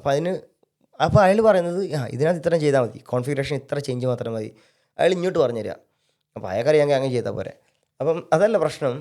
നമ്മൾ ചെയ്യാൻ തുടങ്ങിയപ്പോൾ ഞാൻ എന്ത് ചെയ്തു, പ്രശ്നം കണ്ടുപിടിച്ചു, അവിടെയല്ല, അതിന് മുന്നത്തെ ലെയറിലാണ്. നമ്മളീ പറഞ്ഞ ഡെവോപ്സ് എഞ്ചിനീയർ ആകുമ്പോൾ കുറച്ച് പ്രത്യേകത ഉണ്ട്. നമുക്ക് A to Z അറിയാൻ പറ്റും. എന്ന് വെച്ചാൽ നമ്മൾ പ്ലാറ്റ്ഫോം തൊട്ട് തുടങ്ങി ആപ്ലിക്കേഷൻ വരെയുള്ള കാര്യങ്ങൾ നമ്മൾ മനസ്സിലാക്കണം. എന്നാലേ ഒരു ഡെവോപ്സ് എഞ്ചിനീയർ ആകത്തുള്ളൂ, എന്നാലേ ട്രബിൾ ഷൂട്ടിംഗ് കൃത്യമായി നടക്കത്തുള്ളൂ. അപ്പം കോൾ വരുന്നു, എവിടെയോ ഡ്രോപ്പ് ആകുന്നു, അകത്തേക്ക് വരുന്നില്ല. അപ്പോൾ ഇയാൾ പറയാം, അകത്തേക്ക് വരുന്നില്ലെങ്കിൽ അവിടുത്തെ പ്രശ്നമല്ലേ, നിങ്ങൾ അവിടെ നോക്കാത്ത എന്താണെന്ന് എൻ്റെ അടുത്ത് ചോദിച്ചു. ഞാൻ എന്നിട്ട് ഇയാളടുത്ത് മറുപടി ഒന്നും പറഞ്ഞില്ല. ഇയാളാണെങ്കിൽ മീറ്റിംഗ് വരുവാണെങ്കിൽ നമ്മളങ്ങ് ഇയാൾ മീറ്റിങ്ങിൽ ജോയിൻ ചെയ്തോ, അന്നത്തെ ദിവസം ഡൗൺ ആണ്. അപ്പോൾ ആൾക്കാരിങ്ങനെ കോമഡി ആയിട്ട് പറയും, എന്താ മുഖം പാടിയിരിക്കുന്നത് എന്ന്. അയാൾ ഗ്രിഗോറി എന്നങ്ങണ്ട് ഗ്രിഗോറിയായിട്ട് മീറ്റിംഗ് ഉണ്ടായിരുന്നു ചോദിക്കും. തമാശയ്ക്ക് ആക്സിഡൻറ്റിനകത്ത് പറഞ്ഞത്, കാരണം അയാൾ എല്ലാവർക്കും അറിയാം, ഒരു വൃത്തിയായിട്ട സ്വഭാവം അയാളുടെ, മൈക്രോ മാനേജ്മെൻറ്റ് എല്ലാവരിലേക്കും. അപ്പോൾ ഞാൻ ലാസ്റ്റ് എൻ്റെ അടുത്ത് പറഞ്ഞു, ഞാൻ പറഞ്ഞു, വരച്ചിങ്ങനെ കാണിച്ചു, സിസ്റ്റം ഇങ്ങനെ പോകുന്നു, ഇവിടെ ലെയർ ഉണ്ട്, ഇങ്ങനെ നടന്നു, ഇവിടെയാണ് പ്രശ്നം, ഞാൻ ഇവിടെ അല്ലാതെ പിന്നെ എവിടെ പരിഹരിക്കേണ്ടതെന്ന് ചോദിച്ചു. അയാൾ മിണ്ടിയില്ല. ഞാൻ 10 ദിവസം ആ പ്രോജക്റ്റിൽ നിന്നോട് ഞാൻ ഇറങ്ങിപ്പോരുന്നു പറഞ്ഞാൽ ഞാൻ അയാളോട്ട് പറഞ്ഞു, എനിക്ക് ടീം ലീഡിനോട് ഞാൻ പറഞ്ഞു, എൻ്റെ പ്രോജക്റ്റിൽ എൻ്റെ ഗിൽ ലീഡുണ്ട്, അയാളോട് ഞാൻ എസ്കലേറ്റ് ചെയ്തു, ഇയാളുടെ അടുത്ത് ഞാൻ വർക്ക് ചെയ്തില്ല, മോശമാണ്, പെരുമാറ്റം ഇങ്ങനെയാണെന്നുണ്ടെങ്കിൽ ഞാൻ വർക്ക് ചെയ്യാൻ പറ്റില്ല എന്ന് പറഞ്ഞിട്ട് ഞാൻ ഇറങ്ങിപ്പോരുന്നു. എനിക്കിപ്പോഴും അയാൾ എൻ്റെ പ്രോജക്റ്റിൽ വരുവാണെങ്കിൽ ഞാൻ നിമിഷം ഇറങ്ങിപ്പോകാൻ റെഡിയാണ്. കാരണം നമുക്കറിയത്തില്ല ഏത് പ്രോജക്റ്റ് മാനേജർ വരിക എന്നുള്ളത്. ഇപ്പോഴത്തെ പ്രോജക്റ്റ് മാനേജർ ഉണ്ട്, കിട്ടില്ലാണ്. അയാൾക്ക് ഡിപ്ലോമസി എന്ന് പറഞ്ഞ സാധനം കൃത്യമായിട്ട് അറിയാം, ഒരാളെ എങ്ങനെ ട്രെയിൻ ചെയ്യാനല്ല. ഞാനൊരു പരാതിയായിട്ട് വെച്ച് കഴിഞ്ഞാൽ അയാൾ കൂളായിട്ട് ഹാൻഡിൽ ചെയ്തിട്ട്, ഞാൻ നല്ലൊരു ദിവസം എനിക്ക് ഭയങ്കര വർക്ക് ലോഡ് കൂടുന്നു പറഞ്ഞിട്ട് ചെന്നപ്പോൾ അയാൾ പറയാം, ഇങ്ങനെയല്ലേ, ഓക്കെ, എന്തെങ്കിലും ചെയ്യാനുണ്ടെങ്കിൽ ചെയ്താൽ മാത്രം മതി, മറ്റുള്ളവർ പറയുന്നതൊന്നും കേൾക്കാൻ വേണ്ട, ഡെവലപ്പർ എന്തെങ്കിലും പറയുകയാണെങ്കിൽ അയാൾ പറയാം വെയിറ്റ് ചെയ്യാൻ പറ എന്ന് വെച്ചാൽ എന്നെ കൂളാക്കി വിട്ടു. അതാണ് ശരിക്കുള്ള ലീഡർ, പ്രോജക്റ്റ് മാനേജർ. അതാണ് പ്രോജക്റ്റ് മാനേജർ റോള്. പ്രോജക്റ്റിലുള്ള കോൺഫ്ലിക്ട്സ് പരിഹരിക്കലാണ് പ്രധാന പ്രശ്നം. ഡിപ്ലോമസി ആവണമെങ്കിൽ എന്താ, ലാംഗ്വേജ് വേണം, അവരെങ്ങനെ സ്മൂത്തായിട്ട് കൊണ്ടുപോകാം, ആൾക്കാരെ ബുദ്ധിമുട്ട്, അപ്പോഴത്തെ അരഗൻ്റ് ആവരുത്, അയാൾക്ക് നല്ല കംഫർട്ടബിൾ കൊടുക്കുക. അതാണ് എനിക്ക് തോന്നുന്നത് ഒന്നുകൂടി ഒരു ഡിഫറൻസ് ഉള്ളത്, ഒരു ബോസും ഒരു ലീഡറും ഉള്ള ഒരു ബിസിനസ്. ഭയങ്കര ഡിഫറൻസ് ആണ്. ഈ പറഞ്ഞ ആൾക്കാർ MBA പഠിക്കുന്ന ആൾക്കാരുടെ സ്റ്റുഡൻസ് ഇവിടെ ഒരുപാട് വരുന്നുണ്ട്. ഒരാളും മര്യാദയ്ക്ക് MBAയുടെ എനിക്കൊന്ന് കൃത്യമായിട്ടുള്ള അതിൻ്റെ ഇൻ്റർപ്രിട്ടേഷൻ പോലും മര്യാദക്കുന്നില്ല. എന്താണ് MBA പഠിച്ചാലുള്ള പ്രയോജനം, MBAയിലുള്ള സാധ്യതകൾ. എനിക്കൊന്ന് പഠിക്കണ എല്ലാവരും ബോസ് ആവാനാണ്, എങ്ങനെ ലീഡർ ആവാനും പഠിക്കുന്നില്ല. ഇപ്പോൾ ഈ MBA പഠിക്കുന്നവരുടെ പ്രധാന പ്രശ്നം അവർ പറയുന്നത്, എനിക്ക് കമ്പനി തുടങ്ങണം, ബിസിനസ്. ഇപ്പം നേരത്തെ വെച്ചല്ലേ ഇവിടുന്ന് എക്സ്പീരിയൻസ് ഉണ്ടായിരുന്നു, നമ്മളൊരു ലീഡറാണ്. എൻ്റെ 7 വർഷത്തെ ആക്സെഞ്ചറിൻ്റെ എക്സ്പീരിയൻസ് കൊണ്ടാണ് ഞാനിപ്പോഴും പറയുന്നൊരു കമ്പനി തുടങ്ങാൻ ഞാൻ റെഡിയാണ്, കേപ്പബിൾ ആണെന്ന് പറഞ്ഞത്. പക്ഷേ ഈ വരുന്ന MBA പഠിക്കാൻ വരുന്ന ആൾ ഫസ്റ്റ് സെക്കൻഡ് ഒരു ഇൻ്റർവ്യൂ ചെയ്യുമ്പോൾ ചോദിക്കുന്നതാണ്. അപ്പോൾ ചോദിക്കുന്നത്, എനിക്ക് I want to start a company, എൻ്റെ പേരൻസിന് കമ്പനി ഉണ്ട്, അതുകൊണ്ട് ഞാൻ തുടങ്ങാം. അതൊരു ക്രൈറ്റീരിയ ആവുന്നത് എങ്ങനെയാണ്? ബിസിനസ്സിൽ എത്രയോ പിറ്റ്ഫോൾസ് ഉണ്ട്, അപ്പോൾ അതൊന്നും പഠിക്കുന്നില്ല. എല്ലാവർക്കും സക്സസ് സ്റ്റോറീസ് അറിയത്തുള്ളൂ. ഈ പറഞ്ഞ ആൾക്കാർ ഏറ്റവും കൂടുതൽ കടം വരാൻ പോകുന്നത് ബിസിനസ് തുടങ്ങുമ്പോഴാണ്, ഏറ്റവും കൂടുതൽ സ്ട്രെസ് വരാൻ പോകുന്നത് ബിസിനസ് തുടങ്ങുമ്പോഴാണ്. പക്ഷേ ഇതൊന്നും അറിയാതെ പൈസ വരും, അതുകൊണ്ട് നമുക്ക് ബിസിനസ് തുടങ്ങാമെന്നുള്ള രീതിയിൽ. Coming back to the Accenture, what's your actual position? ഞാൻ ചെയ്യുന്ന ജോലി എന്താണെന്നല്ലേ? എനിക്ക് ഇതുവരെ ഒരാളെ കൺവിൻസ് ചെയ്യാൻ പറ്റാത്തൊരു സാധനമാണ് ഈ പറഞ്ഞ ജോലി. കാരണം ഒരു വെബ് ഡെവലപ്പറെ സംബന്ധിച്ചാണ് പറഞ്ഞ വെബ്സൈറ്റ് ഉണ്ടാക്കുമെന്ന് പറയാം, ഗെയിം ഉണ്ടാക്കുന്ന ആൾ, ഗെയിം ഡെവലപ്പ് ഹാക്ക് ചെയ്യുന്ന ആൾക്കാർ. പക്ഷേ എൻ്റെ ജോലി, ഞാൻ ഡെവോപ്സ് എഞ്ചിനീയറാണ് ശരിക്കും പറഞ്ഞാൽ. ഡെവോപ്സ് എന്ന് പറഞ്ഞത് ഒരു ടെക്നോളജി അല്ല, അതൊരു വർക്ക് കൾച്ചറാണ്. കൾച്ചർ എന്ന് പറഞ്ഞാൽ ഓട്ടോമേഷൻ ഒരു കൾച്ചറാണ്, ഇൻറ്റഗ്രേഷൻ ഒരു കൾച്ചറാണ്, blameless work culture, blameless team എന്ന് പറഞ്ഞൊരു വർക്ക് കൊളാബറേഷനാണ്. അപ്പോൾ അതിനകത്ത് പൊതുവെ പറയുകയാണെങ്കിൽ ഈ പറഞ്ഞ ഡെവലപ്പർ ആൻഡ് ഓപ്പറേഷൻസ്, ഞാൻ നേരത്തെ പറഞ്ഞതിൻ്റെ പകുതി വെച്ച് നിർത്തിയെന്ന് തോന്നുന്നു അല്ലേ. ഡെവലപ്മെൻറ്റ് ഫേസ് കഴിഞ്ഞിട്ട് അത് ഞാൻ കുറച്ചും കൂടെ പോയി. ഡെവലപ്മെൻറ്റ് ഫേസ് എന്ന് പറഞ്ഞാൽ ഒരു പ്രോഡക്റ്റ് ഉണ്ടാക്കുന്ന ഫേസാണ്. ഓപ്പറേഷൻസ് എന്ന് പറഞ്ഞാൽ അത് ലൈവ് ആയതിനു ശേഷം വരുന്ന മെയിൻ്റനൻസ് ആക്ടിവിറ്റി. നമ്മൾ വീട് വെച്ചാൽ വീട് വെക്കുന്ന ഒരു ഡെവലപ്മെൻറ്റ് ആക്ടിവിറ്റിയും, പിന്നീട് അതിൻ്റെ യൂട്ടിലിറ്റി ബില്ല്, ഈ പറഞ്ഞ ഫർണിച്ചർ, അങ്ങനെ എന്ന് വെച്ചാൽ പിന്നീടുള്ള പണികളെല്ലാം മെയിൻ്റനൻസ് ആണ്. ആ മെയിൻ്റനൻസ് എല്ലാം ഓപ്പറേഷൻസ് വിളിക്കുക. അപ്പോൾ ഞങ്ങളുടെ പണി എന്ന് പറഞ്ഞാൽ ഡെവോപ്സ് എന്ന് പറഞ്ഞാൽ ഡെവലപ്പറേയും ഓപ്പറേഷൻസിനെയും കണക്ട് ചെയ്യുന്ന ഒരു ഇൻ്റഗ്രേഷൻ ടീമാണ് നമ്മൾ. എന്ന് പറഞ്ഞാൽ നമുക്ക് അന്നേരം, അതുകൊണ്ട് ഞാൻ പറഞ്ഞത് നമുക്ക് ഡെവലപ്പറുടെ കൃത്യമായിട്ടുള്ള കാര്യങ്ങൾ അറിയണം ഓപ്പറേഷൻസിൽ. അതുകൊണ്ട് നമ്മളിലേക്ക് വരുവാണെങ്കിൽ കൂടുതൽ നമ്മൾ പറയുന്നത് സൊല്യൂഷൻ ആർക്കിടെക്ചർ എന്ന് വിളിക്കും. അങ്ങനെ കുറച്ച് പൊസിഷൻസ് ഉണ്ട്, സൊല്യൂഷൻസ് കൺസൾട്ടൻ്റ് എന്ന് വിളിക്കും. അപ്പോൾ നമ്മൾ ഒരാളുടെ ഇഷ്യൂ വന്നു കഴിഞ്ഞാൽ ആ ഇഷ്യൂ എങ്ങനെ പരിഹരിക്കാം എന്നുള്ളതിൻ്റെ കൺസൾട്ടേഷൻ. ഫോർ എക്സാമ്പിൾ, നമ്മളിപ്പം വാട്സപ്പ് ഒരാൾ പുതിയതായിട്ട് തുടങ്ങിയാണെങ്കിൽ വാട്സപ്പ് ഉണ്ടാക്കിയതിൻ്റെ ഇൻ്റർഫേസൊക്കെ ഉണ്ടെങ്കിൽ അയാൾക്കറിയാം അതിൻ്റെ ആപ്ലിക്കേഷൻസ്. പക്ഷേ ഇതെങ്ങനെ ഒരു കസ്റ്റമറിലേക്ക് എത്തിക്കാം, അതിനെങ്ങനെ ലൈവാക്കാം, ആ ലൈവായി കഴിഞ്ഞാൽ കസ്റ്റമർ എണ്ണം കൂടിക്കഴിഞ്ഞാൽ അതെങ്ങനെ സ്കെയിൽ ചെയ്യാം, പെർഫോമൻസ് കൂട്ടാം, സെക്യൂർ ആക്കാം എന്നുള്ളതിൻ്റെ ഒരു കോൺസെപ്റ്റ് ഉണ്ട്. അപ്പോൾ അതെല്ലാം കൂടെ കളക്റ്റീവായിട്ട് പറയുന്നതാണ് ഈ ഡെവോപ്സ് എന്ന് പറഞ്ഞാൽ. ഡെവോപ്സ് ഒരു കൾച്ചറാണ്. ആ കൾച്ചറിൽ ഒരു സർട്ടൻ ടെക്നോളജിക്ക് സ്ഥാനമില്ല, പക്ഷേ ആ technology depends on the project and client, it will vary. അപ്പോൾ അങ്ങനെ വരുവാണെങ്കിൽ നിങ്ങൾ പഠിക്കേണ്ട ഒന്നല്ല 1000 ടെക്നോളജി ഉണ്ടാവും. അപ്പോൾ വാട്ട് ആർ ദ ടെക്നോളജി, അതിലെന്തൊക്കെ ഉൾക്കൊള്ളുന്നുണ്ട് ഇൻക്ലൂഡഡ് ആയിട്ടുള്ളത്? ഇപ്പോൾ പറഞ്ഞ പൈത്തൺ ഒരു ടെക്നോളജിയാണ്, പക്ഷേ ഞാൻ എൻ്റെ ജീവിതത്തിൽ ഇതുവരെ പൈത്തൺ ഉപയോഗിച്ചിട്ടില്ല. എൻ്റെ ഒരു പ്രോജക്റ്റ്, ഞാൻ 7 പ്രോജക്റ്റിൽ വർക്ക് ചെയ്തിട്ടുണ്ട്. ആ 7 പ്രോജക്റ്റിൽ ഒന്നിലും പൈത്തൺ ആവശ്യം ഉണ്ടായിരുന്നില്ല. എന്ന് വെച്ചാൽ നിങ്ങൾ പൈത്തൺ പഠിച്ചാൽ ജോലി കയറാൻ പറ്റുമോ എന്ന് ചോദിച്ചാൽ ഇല്ല എന്ന് തന്നെ പറയാൻ പറ്റില്ല. കാരണം പൈത്തൺ മാത്രമായിട്ടൊരു പൊസിഷൻ ഇല്ല. നിങ്ങൾ ജോബ് ഡിസ്ക്രിപ്ഷൻ നോക്കിയാൽ തന്നെ അറിയാം. നിങ്ങൾക്ക് അതിൻ്റെ കൂടെ പൈത്തൺ വരുന്ന സാഹചര്യം, മെഷീൻ ലേണിങ്ങിലാണെങ്കിൽ നിങ്ങൾക്ക് data lake, data warehouse, data analysis അങ്ങനെയുള്ള പ്ലഗിൻസ് ഒക്കെ യൂസ് ചെയ്യേണ്ടി വരും. ഞാൻ ഉപയോഗിക്കുന്ന ടെക്നോളജീസ് എൻ്റെ ഇപ്പോഴത്തെ കറണ്ട് പ്രോജക്റ്റിൻ്റെ അറിയാമെങ്കിൽ ഞാൻ ക്യൂബർനെറ്റീസ് യൂസ് ചെയ്യുന്നുണ്ട്. ക്യൂബർനെറ്റീസ് എന്ന് പറഞ്ഞാൽ നമ്മളിപ്പം നമ്മളിപ്പോൾ നിൽക്കുന്ന ബിൽഡിങ് പ്ലാറ്റ്ഫോം ഒരു ഫൗണ്ടേഷൻ്റെ പുറകിലാണ് നിൽക്കുന്നത് അല്ലേ. ഫൗണ്ടേഷൻ്റെ പുറകിൽ ഒരുപാട് റൂമുകളുള്ള ഒരു അപ്പാർട്ട്മെൻറ്റിൻ്റെ വൺ ഓഫ് ദി അപ്പാർട്ട്മെൻറ്റ് അല്ലേ. അപ്പം ബാക്കിയുള്ള സ്ഥലങ്ങളിലൊക്കെ ടെനൻസ് ഉണ്ട് എന്നതുപോലെ ഈ റൂം ഒരാളെടുത്താൽ, ഞാൻ മാത്രം എടുത്താൽ എന്തുമാത്രം ബുദ്ധിമുട്ടുണ്ടെങ്കിൽ ഞാൻ എൻ്റെ മുഴുവൻ മെയിൻ്റനൻസ് നോക്കണം, ഇലക്ട്രിസിറ്റി, വാട്ടർ എന്ന് വെച്ചാൽ ഇതിനകത്ത് എന്തൊക്കെ കാര്യങ്ങൾ വരുന്നു അതിൻ്റെ ഉത്തരവാദിത്തം മുഴുവൻ എനിക്കാണ്. അപ്പം നമ്മൾ റെസ്പോൺസിബിലിറ്റി മോഡൽസിനെ കുറിച്ച് നോക്കണം. അപ്പം നമ്മൾ shared responsibility model, for example നമ്മൾക്ക് ഇപ്പം നമുക്കിവിടെ ബോൾ ഡ്രൈവ് ഉണ്ട്, നമ്മൾക്ക് കാറില്ല എങ്കിൽ നമുക്ക് BMW ഓടിക്കാം, ഔഡി ഓടിക്കാം, ടെസ്ല ഓടിക്കാം, എല്ലാം ഓടിക്കാം. നമ്മൾ ഓടിക്കുന്ന സമയത്തിന് മാത്രം പൈസ കൊടുത്താൽ മതി എന്ന് പറയുമ്പോൾ, പക്ഷേ ഞാനായിരിക്കും ഡ്രൈവർ, എനിക്ക് ഡ്രൈവർ എടുക്കാൻ പറ്റില്ല. അപ്പം വണ്ടി ഓടിക്കാൻ ആഗ്രഹമുണ്ട്, പക്ഷേ വില കൂടിയ വണ്ടി വാങ്ങിക്കാൻ പൈസ ഇല്ല. അങ്ങനെയാണ് നിങ്ങൾക്കുള്ള ഓപ്ഷൻ. അതാണ് അവിടെ ഒരു സൊല്യൂഷൻ കണ്ടത്, ബോൾ ഡ്രൈവ്. അപ്പോൾ അതൊരു പ്ലാറ്റ്ഫോം ആസ് എ സർവീസാണ്. പക്ഷേ നിങ്ങൾക്ക് വണ്ടി ഓടിക്കാൻ അറിയത്തില്ല, പക്ഷേ നിങ്ങൾക്ക് യാത്ര ചെയ്യണം എങ്കിൽ നിങ്ങൾക്ക് ടാക്സി ഓടിക്കാം. വണ്ടിയും കൊണ്ടുവരും, കാറിൻ്റെ ഡ്രൈവറും നിങ്ങൾക്ക് വരും, നിങ്ങൾക്ക് അതിൻ്റെ ബാക്ക് സീറ്റ് കയറിയിരിക്കാം, പേയ്മെൻറ്റ് ചെയ്യാം. നിങ്ങൾ വണ്ടി ഓടിക്കേണ്ട, റെസ്പോൺസിബിലിറ്റി പിന്നെ കുറഞ്ഞു. പിന്നത്തെ ഒരു മോഡലാണ് നിങ്ങൾക്ക് വണ്ടി ഓടിക്കാനും വേണ്ട, നിങ്ങൾക്ക് കച്ചവടം ചെയ്യണം, വണ്ടികളെ ആൾക്കാർക്ക് കൊടുക്കണം. അങ്ങനെ ആണെന്നുണ്ടെങ്കിൽ നിങ്ങൾ എന്ത് ചെയ്യും, വണ്ടി ഉണ്ടാക്കാൻ തുടങ്ങും, അപ്പോൾ മാനുഫാക്ചറിങ്. അപ്പോൾ അതിൻ്റെ റെസ്പോൺസിബിലിറ്റി എന്താ കൂടുതലെന്ന് വെച്ചാൽ നിങ്ങൾ റോ മെറ്റീരിയൽസ് നോക്കണം, എംപ്ലോയീസ് നോക്കണം, റിസോഴ്സസ് മുഴുവൻ നോക്കണം, പിന്നെ അതിൻ്റെ മാർക്കറ്റിംഗ്, സെയിൽസ് അതെല്ലാം നോക്കണം. അപ്പോൾ തലപ്രാന്ത് കൂടുക എന്ന് വെച്ചാൽ റെസ്പോൺസിബിലിറ്റി കൂടി. അപ്പോൾ അതിന് ഇൻഫ്രാസ്ട്രക്ചർ എന്ന് പറയുമ്പം അതിൻ്റെ ചിലപ്പം വേണമെങ്കിൽ പ്ലാന്റ് ഉണ്ടാക്കുന്ന ചിലപ്പോൾ വേറെ ആൾ. ഇപ്പം നാസയുടെ പ്ലാറ്റ്ഫോമിലൂടെയാണ് സ്പേസ് എക്സ് റോക്കറ്റ് ലോഞ്ച് ചെയ്യുന്നത്. എന്ന് വെച്ചാൽ നാസ കൊടുക്കുന്ന പ്ലാറ്റ്ഫോമിലൂടെ അയാൾ ഉണ്ടാക്കിയ സാധനം കൊണ്ടുവന്ന് ലോഞ്ച് ചെയ്യാണ്. അപ്പം പ്ലാറ്റ്ഫോമിൻ്റെ അയാൾക്ക് ഉത്തരവാദിത്തമില്ല, പ്ലാറ്റ്ഫോം അയാൾക്ക് റോക്കറ്റ് വിടണം, അത്രേ ഉള്ളൂ. ബാക്കിയുള്ള അതിനകത്തുള്ള വാട്ടർ സപ്ലൈ, ഇലക്ട്രിസിറ്റി അതൊക്കെ നാസയുടെ ഉത്തരവാദിത്തമാണ്. എന്ന് പറഞ്ഞാൽ ഈ പറഞ്ഞ റെസ്പോൺസിബിലിറ്റി മോഡൽ വരുമ്പോൾ അങ്ങനെ നോക്കുമ്പോൾ നമ്മളുടെ ജോലി വളരെ കുറവാണ് ഇങ്ങനെയുള്ള മോഡൽസിലൊക്കെ. അപ്പോൾ ഇപ്പോൾ എൻ്റെ റെസ്പോൺസിബിലിറ്റി എന്ന് പറഞ്ഞാൽ ഞങ്ങളുടെ ആപ്ലിക്കേഷൻ മാനേജ്മെൻറ്റ് മാത്രമാണ്. എന്ന് വെച്ചാൽ ഇൻഫ്രാസ്ട്രക്ചറും കഴിഞ്ഞു, ഇൻഫ്രാസ്ട്രക്ചറിനകത്ത് വരുന്നൊരു സാധനമാണ് ഇപ്പോൾ ആപ്ലിക്കേഷൻ. അപ്പോൾ ഞങ്ങൾക്ക് കുറേ ജോലികൾ കുറവാണ്. ഞങ്ങൾക്ക് അതിൻ്റെ ഇപ്പോൾ ഈ അടുത്തൊരു പ്രശ്നം വന്നപ്പോൾ ഞങ്ങൾ ആദ്യം നോക്കിയത് പ്ലാറ്റ്ഫോമിലെ കണക്ടിവിറ്റി കറക്റ്റാണെന്ന്, ലോഡ് ബാലൻസർ കറക്റ്റാണെന്ന് നോക്കി. അപ്പോൾ ഞാൻ അങ്ങോട്ട് പറഞ്ഞു അപ്പം നമ്മൾ മാനേജറെ CC വെച്ചിട്ട് പറയും കറക്റ്റാണോ നോക്ക്. അപ്പം അവർ റെസ്പോണ്ട് ചെയ്യുന്നത് എനിക്ക് പണിയില്ല, അവരെന്തെങ്കിലും പറഞ്ഞാലാണ് എനിക്ക് അടുത്ത പണി വരത്തുള്ളൂ. അപ്പോൾ നമ്മൾ ട്രബിൾ ഷൂട്ടിംഗ് ലെയേഴ്സ് എന്ന് പറയും, എങ്ങനെ ട്രബിൾ ഷൂട്ട് ചെയ്യാം, ഏതാണ് ഫസ്റ്റ് ഹിറ്റ്, എവിടെയാണ് പ്രശ്നം വരുന്നത്. അപ്പോൾ നമ്മൾ എന്ത് ചെയ്യും, അസംഷൻസ് നടക്കും, ഇവിടെ ആവാം കാരണം ആ ട്രാഫിക് ഇവിടെ ബ്ലോക്ക് ചെയ്യുന്നുണ്ട്. അപ്പം അത് നമ്മളല്ല നോക്കുന്നതുകൊണ്ട് നമുക്ക് അപ്പുറത്ത് തലക്കിട്ട് കൊടുക്കാം. അപ്പം അത് കഴിഞ്ഞ് നമുക്ക് പണിയില്ല. പിന്നെ അവർ പറയുകയാണ് ഞങ്ങൾക്ക് ഓക്കെ ആണെന്ന് പറഞ്ഞു കഴിഞ്ഞാൽ ഞാൻ പിന്നെ എൻ്റെ അടുത്തേക്ക് വരും. അപ്പം വീണ്ടും ഞാൻ ട്രബിൾ ഷൂട്ട് ചെയ്യുന്ന സമയത്ത് ഇഷ്യൂസ്, ഇപ്പോഴത്തെ ഇഷ്യൂ എന്ന് പറഞ്ഞത് ആപ്ലിക്കേഷൻ ഉള്ളിലായിരുന്നു. എന്ന് വെച്ചാൽ ഞാൻ ആപ്ലിക്കേഷൻ മാനേജറാണ്, എനിക്ക് ആപ്ലിക്കേഷൻ്റെ പുറത്ത് വരെ ആക്സസ് ഉള്ളൂ, ലോഗിൻ വരെ ഉള്ളൂ. അതിനകത്തേക്കുള്ള സാധനങ്ങൾ മുഴുവൻ ഡെവലപ്പറുടെ ഉത്തരവാദിത്തമാണ്.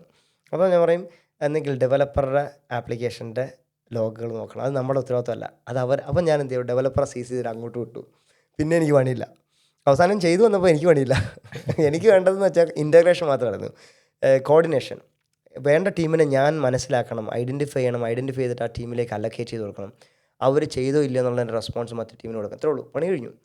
അപ്പോൾ ഞാൻ ഇന്നലെ അബിൻ്റെ അടുത്ത് ഞാൻ ഡ്രൈവ് ചെയ്യുന്ന സമയത്ത് വർക്ക് ചെയ്യാറുണ്ട്, ഞാൻ ട്രിപ്പ് പോകുന്ന സമയത്ത് വർക്ക് ചെയ്യാറുണ്ട്, ഞാൻ മറ്റുള്ള രാജ്യങ്ങളിൽ പോകുമ്പോൾ അങ്ങനെ എല്ലാം എനിക്കെന്ന് വെച്ചാൽ അറിയില്ല, മൊബിലിറ്റിയാണ്. എൻ്റെ സിസ്റ്റം എടുത്ത് ഞാൻ ട്രാവൽ ചെയ്ത് കഴിഞ്ഞാൽ എനിക്ക് എപ്പോഴും വർക്ക് ചെയ്യാം. അപ്പം ഒരു സമയത്ത് ഞാൻ ഇതൊരു അഡ്വാൻറ്റേജ് ആണോ IT ഫീൽഡിലേക്ക്? ഭയങ്കര അഡ്വാൻറ്റേജ്, പക്ഷേ അതിന് കളി അറിയണം. എൻ്റെ അടുത്ത് ചോദിക്കാറുണ്ട്, പലരും എക്സ്പീരിയൻസ് ആയി ഞാൻ എൻ്റെ അടുത്തെല്ലാം ചോദിക്കാറുണ്ട്, വെറുതെ ഉറങ്ങുന്നതിന് പൈസ തരുമോയെന്ന് ചോദിച്ചു. കാരണം ഞാൻ എണീക്കുന്നത് 11 മണിക്കാണ്, വർക്ക് ചെയ്യാൻ ഇരിക്കുന്നത് 12:30 ആയിരിക്കും, 5 മണിയാകുമ്പോൾ ഇറങ്ങി പോവുകയും ചെയ്യുന്നു. ഇന്ന് 6 മണിക്കൂർ 4 മണിക്കൂറൊക്കെ പണി ചെയ്യുന്നുള്ളൂ. എന്നിട്ട് എൻ്റെ അടുത്ത് ചോദിച്ചു എത്ര മണിക്കൂർ. ഞാൻ അരമണിക്കൂറൊന്നും വർക്ക് ചെയ്യുന്നില്ല. സിസ്റ്റത്തിന് മുമ്പ് ഇരിക്കുന്നതുകൊണ്ട് വേണമെങ്കിൽ പറയാം ഞാൻ ഇവിടെ ഇരിക്കുന്നുണ്ട്. പക്ഷേ എൻ്റെ സിസ്റ്റം തുറന്ന ആപ്ലിക്കേഷൻ ഞാൻ എന്താണ് ചെയ്യുന്നത്, എക്സിക്യൂഷൻസ് അരമണിക്കൂർ പോലും ഇല്ല. കണക്ക് തൊട്ടാണെങ്കിൽ ചിലപ്പം 10-15 മിനിറ്റ് ഉണ്ടുള്ളൂ. അപ്പം നോക്കുവാണെങ്കിൽ എനിക്ക് അത്രയും സമയം വേണ്ടുള്ളൂ. പക്ഷേ അതേപോലെ ബാക്കിയുള്ളവർ കളിക്കാൻ നിന്ന് ചിലപ്പോൾ പണി കിട്ടും. കാരണം ഞാൻ എക്സ്പീരിയൻസ് ഉണ്ട്, എനിക്ക് ടാക്കിൾ ചെയ്യാനുള്ള മെത്തേഡ്സ് അറിയാം. പ്രോജക്റ്റ് മാനേജർ വന്നാലും എനിക്ക് ബ്ലെയിം ഇല്ല, എനിക്ക് ഇറങ്ങിപ്പോകാൻ എനിക്ക് സുഖമായിട്ട് അറിയാം. അപ്പോൾ എന്നാലും അബിൻ എൻ്റെ കൂടെ ഒരു അബിൻ്റെ ആവശ്യത്തിന് വേണ്ടി എൻ്റെ അടുത്ത് വിളിച്ചു. ഞാൻ പറഞ്ഞു ഞാൻ റെഡിയാണ്, വർക്കില്ലേ, എൻ്റെ സിസ്റ്റർ എടുത്ത് കൈ കൊടുത്ത് അബിൻ്റെ അടുത്ത് പറഞ്ഞ് റൈറ്റ് സൈഡിൽ ഇരുന്നു, ഒന്ന് മൗസ് ഒന്ന് ഇനക്കി കൊടുത്താൽ പറഞ്ഞത്. അപ്പോൾ അബി ഇങ്ങനെ മൗസ് ഇനക്കി കൊടുത്ത് നമുക്ക് 1-2 മെസ്സേജ് വന്നു. മെസ്സേജ് വന്നപ്പോൾ ഒരു മെസ്സേജ് എന്ന് പറഞ്ഞത് പ്രോജക്റ്റ് മാനേജർ എന്നോട് എന്തോ ഒരു കാര്യത്തിന് വേണ്ടി ചെയ്യാൻ വേണ്ടി മെസ്സേജ് അയച്ചായിരുന്നു. ഞാൻ റെസ്പോണ്ട് ചെയ്തില്ല. അപ്പോൾ തൊട്ടടുത്ത കോള് എനിക്ക് മാനേജർ മെസ്സേജ് അയച്ചു. മെസ്സേജ് കാണാത്തതുകൊണ്ട് ഇന്ന് കോൾ ചെയ്തു. ഞാൻ എന്ത് ചെയ്തു, കോൾ കട്ട് ചെയ്തിട്ട് ഞാൻ പറഞ്ഞു ഞാൻ വർക്കിംഗ് ഓൺ ഇറ്റ് എന്ന് പറഞ്ഞിട്ട് ഇമ്മൊരു മെസ്സേജ് അയച്ചു. എന്നിട്ടാണ് ഞാൻ പിന്നെ പോയി അയച്ച മെസ്സേജ് നോക്കിയിട്ട് അബിൻ്റെ അടുത്ത് പറഞ്ഞു ഞാൻ മെസ്സേജ് റീഡ് ചെയ്യും. എന്നിട്ട് പറഞ്ഞു അങ്ങനെ അതുകൊണ്ട് ഈ കാര്യം ഒന്ന് ചെക്ക് ചെയ്ത് നോക്ക്, ഇല്ലെന്നുണ്ടെങ്കിൽ ആ കാര്യത്തിന് പറഞ്ഞിട്ട് മെസ്സേജ് അയച്ചതിന് ശേഷം മറ്റൊരു ടീമിനെ ഇൻഫോം ചെയ്യും. ഇങ്ങനെ ചെയ്തപ്പോൾ അബിൻ്റെ അടുത്ത് അവൻ കുറച്ച് ഞാൻ പറഞ്ഞ പോലെയൊക്കെ ചെയ്ത ആൾ ബ്രില്യൻ്റ് ആയിരുന്നു. അത് കഴിഞ്ഞ് ഞാൻ അബിൻ്റെ അടുത്ത് കഴിഞ്ഞ് ടാസ്ക് കഴിഞ്ഞ് ഞാൻ വണ്ടി ഓടിച്ചോണ്ടിരിക്കുക, ഒന്നും ചെയ്തിട്ടില്ല, അബിനാ ചെയ്തതല്ല. ഞാൻ ചോദിച്ചു അബിൻ്റെ അടുത്ത് ചോദിച്ചു, അബിൻ പിസ്സ ഉണ്ടാക്കുന്ന ആളാണ്. അപ്പോൾ അബിൻ്റെ അടുത്ത് ചോദിച്ചു അബിനെ പിസ്സ ഉണ്ടാക്കുന്ന പണി വേണോ ഈ പണി വേണമെന്ന് ഞാൻ ചോദിച്ചു. അപ്പോൾ അബിൻ പറയാം ഞാൻ പിസ്സ ഉണ്ടാക്കിക്കോളാം എന്ന് പറഞ്ഞു. കാരണം ആ ഇൻ്റഗ്രേഷൻ നടത്തണമെങ്കിൽ നിങ്ങൾക്ക് വേണ്ടി വരുന്ന സമയം 1 മാസമോ 2 ആഴ്ചയോ അങ്ങനെയൊക്കെയുള്ള സമയം അടിക്കും. എനിക്ക് വേണ്ടത് സെക്കൻഡ്സ് മാത്രമാണ്. ഞാൻ ചെയ്തത് എനിക്കറിയാം പ്രോബ്ലം എവിടെയുണ്ട്, എവിടെയൊക്കെ പോയാൽ കൊള്ളാം, എവിടെയൊക്കെ പോയാൽ ചെക്ക് ചെയ്യാനറിയാം. ഞാൻ ആ ചെക്ക് നടത്തിയത് എൻ്റെ ഇൻഫർമേഷൻ എൻ്റെ നോളജ് വെച്ചിട്ട് ഞാൻ ചെക്ക് നടത്തിയത് വളരെ നിസ്സാരമായ സമയം കൊണ്ട് ഞാൻ റൂട്ട് കോസും കണ്ടുപിടിച്ച് വേറെ ആളെ തലയ്ക്ക് ഇട്ട് കൊടുത്തു. എൻ്റെ പണി കഴിഞ്ഞു. ഇനി വേണ്ടത് അയാളുടെ ആക്ഷൻ കഴിഞ്ഞിട്ട് എൻ്റെ ഇതിലേക്ക് വരുമ്പോൾ ഞാൻ ഒരു മെസ്സേജ് അയക്കണം. അതുവരെ എൻ്റെ വർക്കുള്ളൂ. ഞാൻ പലതവണയും പറയാറുണ്ട് എൻ്റെ പണി തീർന്നു, 2 മണിയാകുമ്പോൾ ഞാൻ പറയും എൻ്റെ വർക്ക് ഇന്നത്തെ കഴിഞ്ഞു, ഇനി ഞാൻ ഫ്രീ ആണെന്ന് ഞാൻ പലയിടത്തും പറയാറുണ്ട്. അല്ലേ പറഞ്ഞല്ലേ? അതിൻ്റെ കാരണം എന്ന് വെച്ചാൽ എന്നോട് എനിക്ക് അസൈൻ ചെയ്ത ടാസ്കിൽ അല്ലെങ്കിൽ എനിക്കിപ്പോൾ ചെയ്ത് തീർക്കേണ്ട സാധനങ്ങളുണ്ട് തീർക്കും. പിന്നെ ഞാനൊരു കാര്യം ചെയ്തത് നമ്മുടെ ജെഫ് ബേസോസ് പറഞ്ഞൊരു ടെക്നോളജി ഞാൻ ആദ്യം ഈ പ്രോജക്റ്റിൽ എൻ്റെ ഈ ഒരു 4ാമത്തെ പ്രോജക്റ്റ് വരെ ഞാൻ ചെയ്തുകൊണ്ടിരുന്ന പണി എന്ന് പറഞ്ഞാൽ ഉച്ചയ്ക്ക് എണീക്കും, വർക്ക് എടുക്കും, രാത്രി പോയി വർക്ക് ചെയ്യുന്ന പരിപാടി. ആ ഒരു കൾച്ചറായിരുന്നു എനിക്കുള്ളത്. പക്ഷേ ഞാൻ നേരത്തെ പറഞ്ഞില്ലേ പ്രോജക്റ്റ് മാനേജറിനെ കുറ്റം പറഞ്ഞു, അയാൾ അത് ഗുണമുണ്ടായി. ഞാൻ അടുത്ത് പറഞ്ഞു ഞാൻ ലീവ് ഇടുമ്പോൾ you have some certain qualities I will take it എന്ന് ഞാൻ പറഞ്ഞു. കാരണം അയാളുടെ ഒരു ക്വാളിറ്റി എന്ന് പറഞ്ഞാൽ മുഖം നോക്കാതെ ആക്ഷൻ എടുക്കുക എന്നുള്ളതാണ്. അതിൻ്റെ ഒരു ക്വാളിറ്റി എനിക്ക് കിട്ടിയെന്ന് വെച്ചാൽ അയാൾ പറഞ്ഞു അബു ഹാരിസ് നിങ്ങൾ ഈ ഇങ്ങനെ വർക്ക് ചെയ്തിട്ട് കാര്യമില്ല, കാരണം വർക്കിംഗ് അവേഴ്സിന് മാത്രമേ മറ്റുള്ള സപ്പോർട്ട് കിട്ടത്തുള്ളൂ, അതുകൊണ്ടാണ് നിങ്ങളുടെ ടാസ്ക് പെൻഡിങ് ആവുന്നത്, അതുകൊണ്ട് ഡേ ടൈമിൽ തന്നെ വർക്ക് ചെയ്യണമെന്ന് പറഞ്ഞു. അതിൻ്റെ ശേഷം ഞാൻ എന്ത് ചെയ്തു, രാവിലെ തുടങ്ങിയാൽ വൈകുന്നേരം നിർത്തും. നേരത്തെ ഞാൻ റുട്ടീൻ മാറ്റി. അത് അഡ്വാൻറ്റേജ് ആയോ നിങ്ങൾക്ക്? അഡ്വാൻറ്റേജ് ആയി എന്ന് വെച്ചാൽ ഞാൻ ജെഫ് ബേസോസ് പറഞ്ഞൊരു കഥയുണ്ട്. നിങ്ങൾ എന്തുകൊണ്ട് സ്ട്രെസ് എടുക്കുന്നു എന്ന് വെച്ച് കഴിഞ്ഞാൽ നിങ്ങൾ ഇന്ന് ചെയ്യേണ്ട കാര്യം നിങ്ങൾക്ക് ഒരു ടാസ്ക് കൺട്രോളിലിരിക്കുമ്പോൾ നിങ്ങൾ ചെയ്യാതിരിക്കുന്നതുകൊണ്ടാണ് നിങ്ങൾ സ്ട്രെസ് ചെയ്യുന്നത്. എന്ന് വെച്ചാൽ നമുക്കിപ്പോൾ ചെയ്യാൻ പറ്റുമെങ്കിൽ ഇപ്പോൾ ചെയ്യാം, പിന്നത്തേക്ക് മാറ്റി വെച്ചാൽ നിങ്ങളുടെ ടെൻഷൻ കൂടുകയാണ്. കാരണം ഫോർ എക്സാമ്പിൾ ഒരു ഉദാഹരണം പറയുകയാണെങ്കിൽ എനിക്കിപ്പോൾ ഒരു മെയിൽ വന്നു, ആ മെയിൽ ഞാൻ റെസ്പോണ്ട് ചെയ്യാതെ ഇട്ടേക്കുവാണ്. ഞാൻ പറയാം മെയിലിന് റെസ്പോണ്ട് ചെയ്യേണ്ട പെട്ടെന്ന് 2 മണിക്കൂർ കഴിഞ്ഞ് റെസ്പോണ്ട് ചെയ്താൽ മതി. ഇപ്പോൾ റെസ്പോണ്ട് ചെയ്തില്ലെങ്കിൽ നമുക്ക് എന്ത് ചെയ്യാം, ഞാനിപ്പോൾ ഫോർ എക്സാമ്പിൾ ഞാൻ കളിക്കാൻ പോയി 2 മണിക്കൂർ കഴിഞ്ഞ് കളിച്ചുകൊണ്ടിരിക്കുന്ന സമയത്ത് ഞാൻ ചിന്തിച്ചിരിക്കും മെയിലിന് റെസ്പോണ്ട് ചെയ്തില്ലല്ലോ, അതിൻ്റെ ഉത്തരം എങ്ങനെ കണ്ടുപിടിക്കാം. ചിലപ്പം ഒരു മെയിൽ അയച്ചു കഴിഞ്ഞാൽ ചിലപ്പോൾ ആ റെസ്പോണ്ട് ഇങ്ങോട്ട് വെച്ച് കഴിഞ്ഞാൽ ചിലപ്പോൾ കാര്യം സോൾവ് ചെയ്യുമായിരിക്കും. പക്ഷേ ആ മെസ്സേജ് അവിടെ കിടന്ന് ചിലപ്പോൾ ഞാൻ വരുന്ന സമയത്ത് വൈകുന്നേരം ആകുമ്പോൾ അയാൾ വർക്ക് കഴിഞ്ഞ് പോയിട്ടുണ്ടാവും. അന്നേരം ഞാൻ മെസ്സേജ് ചിലപ്പോൾ റിപ്ലൈ കിട്ടിക്കൊള്ളുന്നില്ല, ചിലപ്പോൾ അടുത്ത ദിവസം ലീവായിരിക്കാം.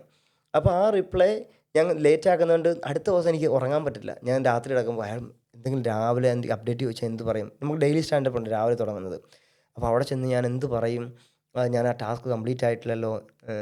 രാത്രി നിന്നപ്പോൾ ഫോർ എക്സാമ്പിൾ അയാൾ ചിലപ്പം പറഞ്ഞെന്ന് അയാൾക്ക് നോളജ് കൂടുതലായിരിക്കും, അയാളുണ്ടായിരുന്നെങ്കിൽ ചിലപ്പോൾ എനിക്ക് പെട്ടെന്ന് ചെയ്യാൻ പറ്റും.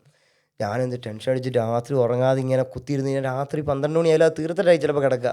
പക്ഷെ അത്രയും നേരം എൻ്റെ സ്ട്രെസ്സ് ബുദ്ധിമുട്ടുകൾ രാവിലെ എണീക്കുന്ന സമയം ഭയങ്കരമായി അഫക്റ്റ് ചെയ്തു. ഇപ്പം ചെയ്യുന്നത് എന്തറിയോ, നിങ്ങൾ എന്നെ വിളിച്ചാൽ മതി, എനിക്ക് കോളോ മെസ്സേജോ വന്നു കഴിഞ്ഞാൽ റെസ്പോണ്ട് ചെയ്യുന്നത് ഭയങ്കര ക്വിക്കായിരിക്കും. എന്ന് വെച്ച് കഴിഞ്ഞാൽ ഒരു മിനിറ്റ് നിങ്ങൾ എത്രയും IT ഫീൽഡിൽ നിൽക്കുമ്പോഴും സാധാരണ നമ്മൾ ജനറലി കോളിലേക്ക് അറിയാം. അതെ, അത് നിങ്ങൾ അപ്പോഴേ റെസ്പോണ്ട് ചെയ്യും നിങ്ങളെ കാര്യങ്ങളൊക്കെ. കാരണം അത് ഞാൻ പഠിച്ച ജെഫ് ബേസോസിൻ്റെ ആ കാര്യം പറഞ്ഞതാണ്. നിങ്ങളൊരു മെസ്സേജ് എനിക്ക് അയച്ചു കഴിഞ്ഞാൽ ആ മെസ്സേജ് ഞാൻ റീഡ് ചെയ്യാതെ നോക്കി കഴിഞ്ഞാൽ നിങ്ങൾ നെക്സ്റ്റ് ടൈം കോൾ ചെയ്യും. ആ കോളിലൂടെ നിങ്ങൾ എൻ്റെ അടുത്ത് കഥ പറയാൻ നിൽക്കുന്ന സമയം എനിക്ക് അത്രയും സമയം പോകുന്നൊരു കാര്യമാണ്. ഞാൻ ആ മെസ്സേജ് അന്ന് റിപ്ലൈ കൊടുത്തു കഴിഞ്ഞാൽ അക്സെപ്റ്റ് ചെയ്ത് നോക്കുന്നുണ്ട് എന്ന് നോക്കിക്കഴിഞ്ഞാൽ നിങ്ങളോട് സംസാരിക്കേണ്ട ആ സമയം കുറച്ച് കഴിയും. എനിക്ക് ആ സമയം കൊണ്ട് മൾട്ടി ടാസ്ക് ഉണ്ട്, ചിലപ്പോൾ വേറൊരു കാര്യം ചെയ്തുകൊണ്ടിരിക്കുകയായിരിക്കും. നിങ്ങൾ ഈ പാരലി ഇപ്പുറത്ത് നടക്കുന്നൊരു കാര്യം കൊണ്ട് അതും ചെയ്യും ഇതും ചെയ്യും. അങ്ങനെ വരുമ്പോൾ നിങ്ങൾ എന്നെ പിന്നെ നിങ്ങളുടെ കാര്യം നടന്നാൽ പിന്നെ നിങ്ങൾ ബുദ്ധിമുട്ടിക്കത്തില്ല. അതേപോലെ എത്രയോ പേര് എന്നെ വിളിക്കുന്ന കോളുകളെല്ലാം ഞാൻ അന്നേരം ഇൻസ്റ്റൻ്റായിട്ട് അറ്റൻഡ് ചെയ്യും. മീറ്റിങ്ങിൻ്റെ ഇടയ്ക്ക് ഞാൻ അറ്റൻഡ് ചെയ്തിട്ടുണ്ട്. എന്നിട്ട് ഞാൻ പറയാം ഞാൻ ചെയ്തേക്കാമെന്ന് പറഞ്ഞിട്ട് ഞാൻ മീറ്റിംഗ് കഴിയുന്നതിന് മുമ്പ് അയാളുടെ റിക്വസ്റ്റ് ഞാൻ ഫുൾഫിൽ, ചിലപ്പോൾ ഒരു പൈസ അയക്കാനായിരിക്കും. എന്ന് വെച്ചാൽ അയാൾ വിളിച്ചുകൊണ്ടേയിരിക്കും, പൈസ അയക്ക് എന്ന് പറഞ്ഞുകൊണ്ടിരിക്കും. പക്ഷേ ആ പൈസ അയച്ചു കഴിഞ്ഞാൽ പിന്നെ വിളിക്കത്തില്ല. അപ്പോൾ അതുകൊണ്ട് അപ്പം ഞാൻ അതുകൊണ്ട് ചെയ്യേണ്ട കാര്യം ഇന്നത്തെ ചെയ്ത് തീർത്തിട്ട് ഞാൻ കിടക്കാറുള്ളൂ. അപ് ടു ഡേറ്റ് ആയിരിക്കും. എന്ന് വെച്ചാൽ 5 മണി കഴിഞ്ഞാൽ പിന്നെ എന്നെ കിട്ടത്തില്ല. ഞാൻ 5 മണി ഇപ്പം 4 മണിക്ക് ഞാൻ ഇറങ്ങിപ്പോകും. കാരണം ഞാൻ പറഞ്ഞു നേരത്തെ പോലെ ഫാമിലി ടൈമും പിന്നെ ഞാൻ പറഞ്ഞില്ലേ പുറത്ത് പോകണമെങ്കിൽ പുറത്ത് പോകും, അല്ലെന്നുണ്ടെങ്കിൽ കളിക്കാൻ പോകും, സൈക്കിൾ ചവിട്ടാൻ പോകും. എന്ന് വെച്ചാൽ പിന്നീട് ഞാൻ അത് മാത്രമല്ല എനിക്ക് എൻ്റെ പേഴ്സണൽ വർക്ക് ഉണ്ട് ഇപ്പം. കാരണം ഈ സിസ്റ്റം അവിടെ തന്നെ, ഞാൻ ഇവിടെ നിന്നെങ്കിൽ പോകുന്നൊന്നുമില്ല, സ്വിച്ച് ചെയ്യും, മറ്റേത് അങ്ങ് ഷട്ട് ഡൗൺ ചെയ്യും, അതിനുശേഷം എൻ്റെ വർക്ക് ഓപ്പൺ ചെയ്യും, അതിലേക്കാവും. അപ്പോൾ beginner, I have one doubt. What are the difference between like the Oracle and SAP? What they are doing like? രണ്ടും കമ്പനീസാണ്. ഒറക്കിളിന് ഒരുപാട് കമ്പനീസ്. ഒറക്കിൾ നമ്മൾ കാണുന്നത് എന്താ IT കമ്പനി ആയിട്ടല്ലേ? IT കമ്പനി അല്ലാതെ ഒറക്കിളിന് എന്തോരം പരിപാടിയുണ്ട്.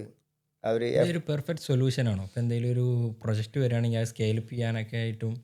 അത് പറഞ്ഞാൽ ഒറക്കിൾ ഒരു സ്ട്രാറ്റജിക് കമ്പനിയാണ്, ആക്സഞ്ചർ പോലെ. IT കമ്പനി അല്ല. എല്ലാവർക്കും മിസ്കോൺസെപ്റ്റ് ആക്സഞ്ചർ IT കമ്പനിയാണ്. കാരണം ഒറക്കിളും IT കമ്പനി അല്ല, അവർ വൺ ഓഫ് ദി ഡിവിഷനാണ് ഇത് IT കമ്പനി. സാംസങ് എന്ന് പറയുന്നത് ഒരു റിയൽ എസ്റ്റേറ്റ് കമ്പനി പോലെ, അവർക്ക് ഒരുപാട് ഡിവിഷൻസ് ഉണ്ട്. എന്നുപോലെ ഒറക്കിൾ ഫോർമുല 1ൻ്റെ എനിക്ക് തോന്നുന്നു ഫെറാറിയോ ഏതോണ്ടൊരു റെഡ് ബുള്ളിൻ്റെ എന്തോ സ്ട്രാറ്റജിക് പാർട്ണറാണ്. എന്ന് വെച്ചാൽ റെഡ് ബുള്ളിൻ്റെ കാർ എപ്പോൾ ഓടണം, എപ്പോൾ പിറ്റ് സ്റ്റോപ്പ് ചെയ്യണം, എപ്പോൾ ടയർ മാറ്റണം എന്നൊക്കെ പറഞ്ഞ് തീരുമാനം എടുക്കുന്നത് ഈ പറഞ്ഞ ഒറാക്കിളാണ്. എന്ന് വെച്ചാൽ സ്ട്രാറ്റജി ബിൽഡ് ചെയ്യലാണ് അവരുടെ ഉദ്ദേശം. അത് നേരത്തെ പറഞ്ഞ പോലെ സൊല്യൂഷൻ പ്രൊവൈഡറാണ്. നിങ്ങൾക്ക് എന്താണ് ഇഷ്യൂ, ആ ഇഷ്യൂവിനെ പരിഹരിക്കലാണ് അവർ ഉദ്ദേശിക്കുന്നത്. അപ്പോൾ SAP എന്ന് പറഞ്ഞത് സ്ട്രാറ്റജി കമ്പനിയാണെന്ന് ഞാൻ പറയുന്നില്ല. SAP ഞാൻ മനസ്സിലാക്കിയിട്ടുള്ള ആ ഒരു SAP ടൂൾ വെച്ചിട്ടാണ്. അതിനകത്ത് ഒരുപാട് മൊഡ്യൂൾസ് ഉണ്ട്. കൂടുതലും പറഞ്ഞ പോലെ ബിസിനസ് പ്രോസസ് മാനേജ്മെൻറ്റ് അങ്ങനെയൊക്കെ വേണമെങ്കിൽ വിളിക്കാം. അങ്ങനെയുള്ള ടൂൾ ഡെവലപ്മെൻറ്റ് കമ്പനിയൊക്കെയാണ് പറഞ്ഞത്. What are the opportunities for the coming new IT? Like AI വരുന്നുണ്ട്, അതുകൊണ്ട് ഒരു ത്രെറ്റാണോ എന്ന് ചോദിച്ചു കഴിഞ്ഞാൽ എൻ്റെ അഭിപ്രായത്തിൽ അല്ല. കാരണം അറിയാലോ, നമ്മൾ കമ്പ്യൂട്ടർ വന്ന സമയത്ത് കുറേ ആൾക്കാരുടെ ജോലി പോയി. എന്നാൽ പുതിയ ജോലികൾ ഏറ്റവും കൂടുതൽ പേയ്മെൻറ്റ് കിട്ടുന്നത് IT ഫീൽഡാണ്. എന്ന് വെച്ചാൽ കമ്പ്യൂട്ടർ പോയാൽ എന്നാൽ ജോലി പോകുമെന്ന് പറഞ്ഞ സ്ഥാനത്താണ് ഇപ്പോൾ ഏറ്റവും കൂടുതൽ തൊഴിലവസരമുള്ളത്. അതുകൊണ്ട് എല്ലാവരും IT-ലേക്ക് സ്വിച്ച് ചെയ്യാൻ നിൽക്കുകയാണ്. ബിഗ് എക്സാമ്പിൾ ലൈക്ക് ദി ബാംഗ്ലൂരിൽ ഇപ്പോൾ ലുലു മാൾ യൂസുഫ് അലി ഒന്ന് കൊടുന്നല്ലോ. യൂസുഫ് അലി സാറ് ഒന്ന് കൊടുത്തിട്ടുണ്ട് big tower, twin tower IT ഫീൽഡിൽ. ഓ ശരി, ശ്രദ്ധിച്ചില്ല. പക്ഷേ അത് പറഞ്ഞാൽ ആൾക്കാർ കൂടുതലും വന്നുകൊണ്ടിരിക്കുകയാണ്. പിന്നെ AI വന്നത് ഇപ്പോൾ അടുത്താണ്. പക്ഷേ അന്നേരം നമ്മൾ മനസ്സിലാക്കേണ്ട കാര്യം AI വന്നാൽ ജോലി പോകും. ആൾക്കാർ പറഞ്ഞ കുറേ മിത്തുകളാണ്. ചില ആൾക്കാർ പറഞ്ഞിട്ട് ഞങ്ങൾ 90% വർക്ക് ലോഡ് കോഡിങ് മറ്റേലേക്ക് മാറ്റി. അങ്ങനെയൊന്നും മാറ്റാൻ പറ്റത്തില്ല. കാരണം നമ്മൾ എന്താ പറയുക, ഒരു ബിസിനസ് സംബന്ധിച്ച് ഡേറ്റ എന്ന് പറഞ്ഞാൽ വളരെ പ്രൈവറ്റാണ്. അതൊരിക്കലും പുറത്തേക്ക് ഒരിക്കലും അനുവദിക്കത്തില്ല. അതിന് ഒന്നുകിൽ അവരുടെ AI മോഡൽ അവർക്ക് വേണ്ടിയിട്ട് മാത്രം വർക്ക് ചെയ്യണം. അതൊരിക്കലും നടക്കത്തില്ല. കാരണം പുറത്ത് പോയാലേ അവർക്ക് ഡേറ്റ പറഞ്ഞാൽ പ്രോസസ്സ് ചെയ്യാൻ പറ്റുള്ളൂ. പിന്നെ ഡേറ്റ ഉണ്ടെങ്കിലേ ഈ പറഞ്ഞ AI വർക്ക് ചെയ്യത്തുള്ളൂ. നിങ്ങളൊരു സമയത്ത് ഡേറ്റ ഷട്ട് ഡൗൺ ചെയ്യാണ്, നിങ്ങളിനി കൊടുക്കത്തില്ലെന്ന് തീരുമാനിച്ചു കഴിഞ്ഞാൽ തീർന്നു പരിപാടി. AIയുടെ ഔട്ട്ഡേറ്റഡായി. അപ്പം പുതിയ വരുന്ന ടെക്നോളജി അവർക്ക് അറിയത്തില്ല. നിങ്ങളുടെ വീട്ടിൽ കിടക്കുന്ന കാര്യങ്ങൾ നിങ്ങൾ മാത്രം അറിയത്തുള്ളൂ എന്ന് പറഞ്ഞാൽ ഡേറ്റ AIക്ക് ഒന്നും പറയാൻ പറ്റത്തില്ല. അപ്പോൾ അവസരമുണ്ട്. ഇപ്പോൾ പ്രോംപ്റ്റ് എഞ്ചിനീയറിംഗ് പോലുള്ള ഫീൽഡുകളൊക്കെ വന്നത് ഈ AI വന്നതിന് ശേഷമാണ്. പിന്നെ മാറാൻ ശ്രമിക്കുക. അല്ലാതെ നമ്മളീ പറഞ്ഞ റുട്ടീൻ ടാസ്കുകളൊക്കെ എനിക്കും തോന്നിയിട്ടുണ്ട് എപ്പോഴും. എന്തിനാണ് ഈ പറഞ്ഞ വെബ് ഡെവലപ്മെൻറ്റിന് വേണ്ടി വെബ് ഡെവലപ്പർ ഉണ്ടാക്കി വെക്കുന്നത്? കാരണം നമുക്ക് ചെയ്യാൻ പറ്റുന്ന കാര്യങ്ങൾ ഒരു മൊഡ്യൂൾ കണക്കിനവിടെ വെച്ചിട്ടുണ്ട്. ആ മൊഡ്യൂളാക്കി വെച്ച് കഴിഞ്ഞാൽ നമുക്ക് തന്നെ റീയൂസ് ചെയ്യാൻ പറ്റുന്നേ. കാരണം ഇവർ വെറുതെ ഞാനിപ്പം എൻ്റെ ഓൺ പ്രോജക്റ്റൊക്കെ ചെയ്തതിന് ശേഷം എനിക്ക് മനസ്സിലായൊരു കാര്യം, ഡെവലപ്പേഴ്സ് ഡംപാണ്. അവർക്ക് വലിയ നോളജില്ല. അപ്പം ഒരു ഇൻ്റഗ്രേഷൻ അവർ തമ്മിലുള്ള പ്രശ്നം ഉള്ളത് കൊണ്ട് ആണ് ഈ പറഞ്ഞ പ്രോജക്റ്റ് ലാഗ് വരുന്നത്. എനിക്ക് വേണമെങ്കിൽ ഒരാഴ്ച കൊണ്ട് വെബ്സൈറ്റ് ഉണ്ടാകും. ഒരാഴ്ച പോലും വേണ്ട, മര്യാദയ്ക്കൊരു 8 മണിക്കൂർ എനിക്ക് തരുവാണെങ്കിൽ 3 ദിവസം കൊണ്ട് ഞാൻ ഡെവലപ്പ് ചെയ്ത് കാണിക്കാം. കാരണം അത്രേ ഉള്ളൂ. ഇപ്പോൾ എനിക്കൊരു ഡൗട്ടുണ്ട്. ഇപ്പോൾ ഇൻസ്റ്റഗ്രാമിലും വാട്സപ്പിലും ഇപ്പോൾ നമ്മളൊക്കെ ഉപയോഗിക്കുന്നതാണ്. അപ്പോൾ സെയിം കാര്യം തന്നെ നമ്മൾ ഗൂഗിളിൽ പോയി നോക്കുമ്പോഴും സെയിം പ്രൊഡക്റ്റ് അല്ലെങ്കിൽ എന്താണോ ഞാൻ കരുതുന്നത് അതന്നെ വരുന്നത് എന്തുകൊണ്ടാണ്? അത് സോഷ്യൽ മീഡിയയിൽ അങ്ങനെ വരാറുണ്ട്. അതെ അതെ ആം, അത് മനസ്സിലാക്കേണ്ട ഒരു കാര്യം നമ്മൾ ഈ എങ്ങനെയാണ് ഹാർഡ്വെയർ സോഫ്റ്റ്വെയർ നമ്മളുടെ ഇൻട്രാക്ഷൻ എങ്ങനെയാണത് എന്ന് വെച്ചാൽ ഞാൻ എനിക്ക് വേണേൽ പറഞ്ഞു കൊടുക്കാം അങ്ങനെ ഡേറ്റ അങ്ങനെ, പക്ഷേ ഞാൻ അതിനെക്കുറിച്ച് പറഞ്ഞല്ല. ഞാൻ IT എക്സ്പെർട്ട് ആയതുകൊണ്ട് എങ്ങനെയാണ് ഇതിൻ്റെ പ്രോസസ്സ് ഫ്ലോ ചെയ്യുന്നത് മനസ്സിലാക്കാം. നമുക്ക് മനസ്സിലാക്കാം ഒരു ഡിവൈസ് എന്ന് പറഞ്ഞാൽ ഹാർഡ്വെയർ ആണ്. അതിൽ മെയിനായിട്ട് വരുന്ന ഈ പറഞ്ഞ CPU, മെമ്മറി കാര്യങ്ങൾ പോലെ ബാക്കിയുള്ള പെരിഫറൽസ് ഉണ്ട്. ഈ പറഞ്ഞ ക്യാമറ, മൈക്രോഫോൺ, അതൊക്കെ ഈ പറഞ്ഞ ലേറ്റസ്റ്റ് ഡിവൈസസിൻ്റെ പ്രത്യേകതകളാണ്. അപ്പോൾ ഹാർഡ്വെയർ അവിടെ കിടക്കുന്നു, അതിന് മുകളിലാണ് ഈ പറഞ്ഞ യൂസർ സ്പേസ് വരുന്നത്. യൂസർ സ്പേസ് എന്ന് പറഞ്ഞാൽ ഈ പറഞ്ഞ ഇൻസ്റ്റാഗ്രാം, ഫേസ്ബുക്ക് പോലുള്ള ആപ്ലിക്കേഷൻസ് നിൽക്കുന്ന എല്ലാം യൂസർ സ്പേസിലാണ്. അതിനുശേഷം ഓപ്പറേറ്റിംഗ് സിസ്റ്റത്തിൻ്റെ അകത്ത് വേറൊരു സാധനമുണ്ട്, കേണൽ എന്ന് പറഞ്ഞ സാധനം. ഇപ്പം പറഞ്ഞാൽ ലിനക്സ് ഒക്കെ ഒരു കേണലാണ്. ആൻഡ്രോയിഡ് ഉണ്ടാക്കിയിരിക്കുന്നത് ലിനക്സ് കേണലാണ്. അപ്പോൾ ആൻഡ്രോയിഡ് റീസെൻ്റായിട്ട് ഉണ്ടാക്കിയ ഒരു ഫീച്ചർ ഉണ്ടായിരുന്നു. അതായത് നിങ്ങൾ എപ്പോഴാണ് മൈക്രോഫോൺ യൂസ് ചെയ്യുന്നത് ആ സമയത്ത് നിങ്ങൾക്കൊരു ഗ്രീൻ ഡോട്ട് കാണിക്കും. അപ്പോൾ എന്ന് വെച്ചാൽ നിങ്ങൾക്ക് തന്നെ മനസ്സിലാക്കാം, ഓക്കെ മൈക്രോഫോൺ എനേബിൾ ചെയ്തിട്ടുണ്ടെന്ന് മനസ്സിലാക്കാം.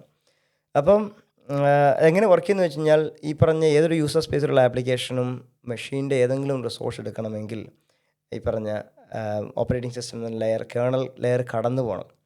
അപ്പം എപ്പോഴും വരുന്ന റിക്വസ്റ്റ് കേണലിലായിരിക്കും പ്രോസസ്സ് ചെയ്യുന്നത്, കേണലായിരിക്കും ആ റിസോഴ്സ് തിരിച്ചു കൊടുക്കുന്നത്.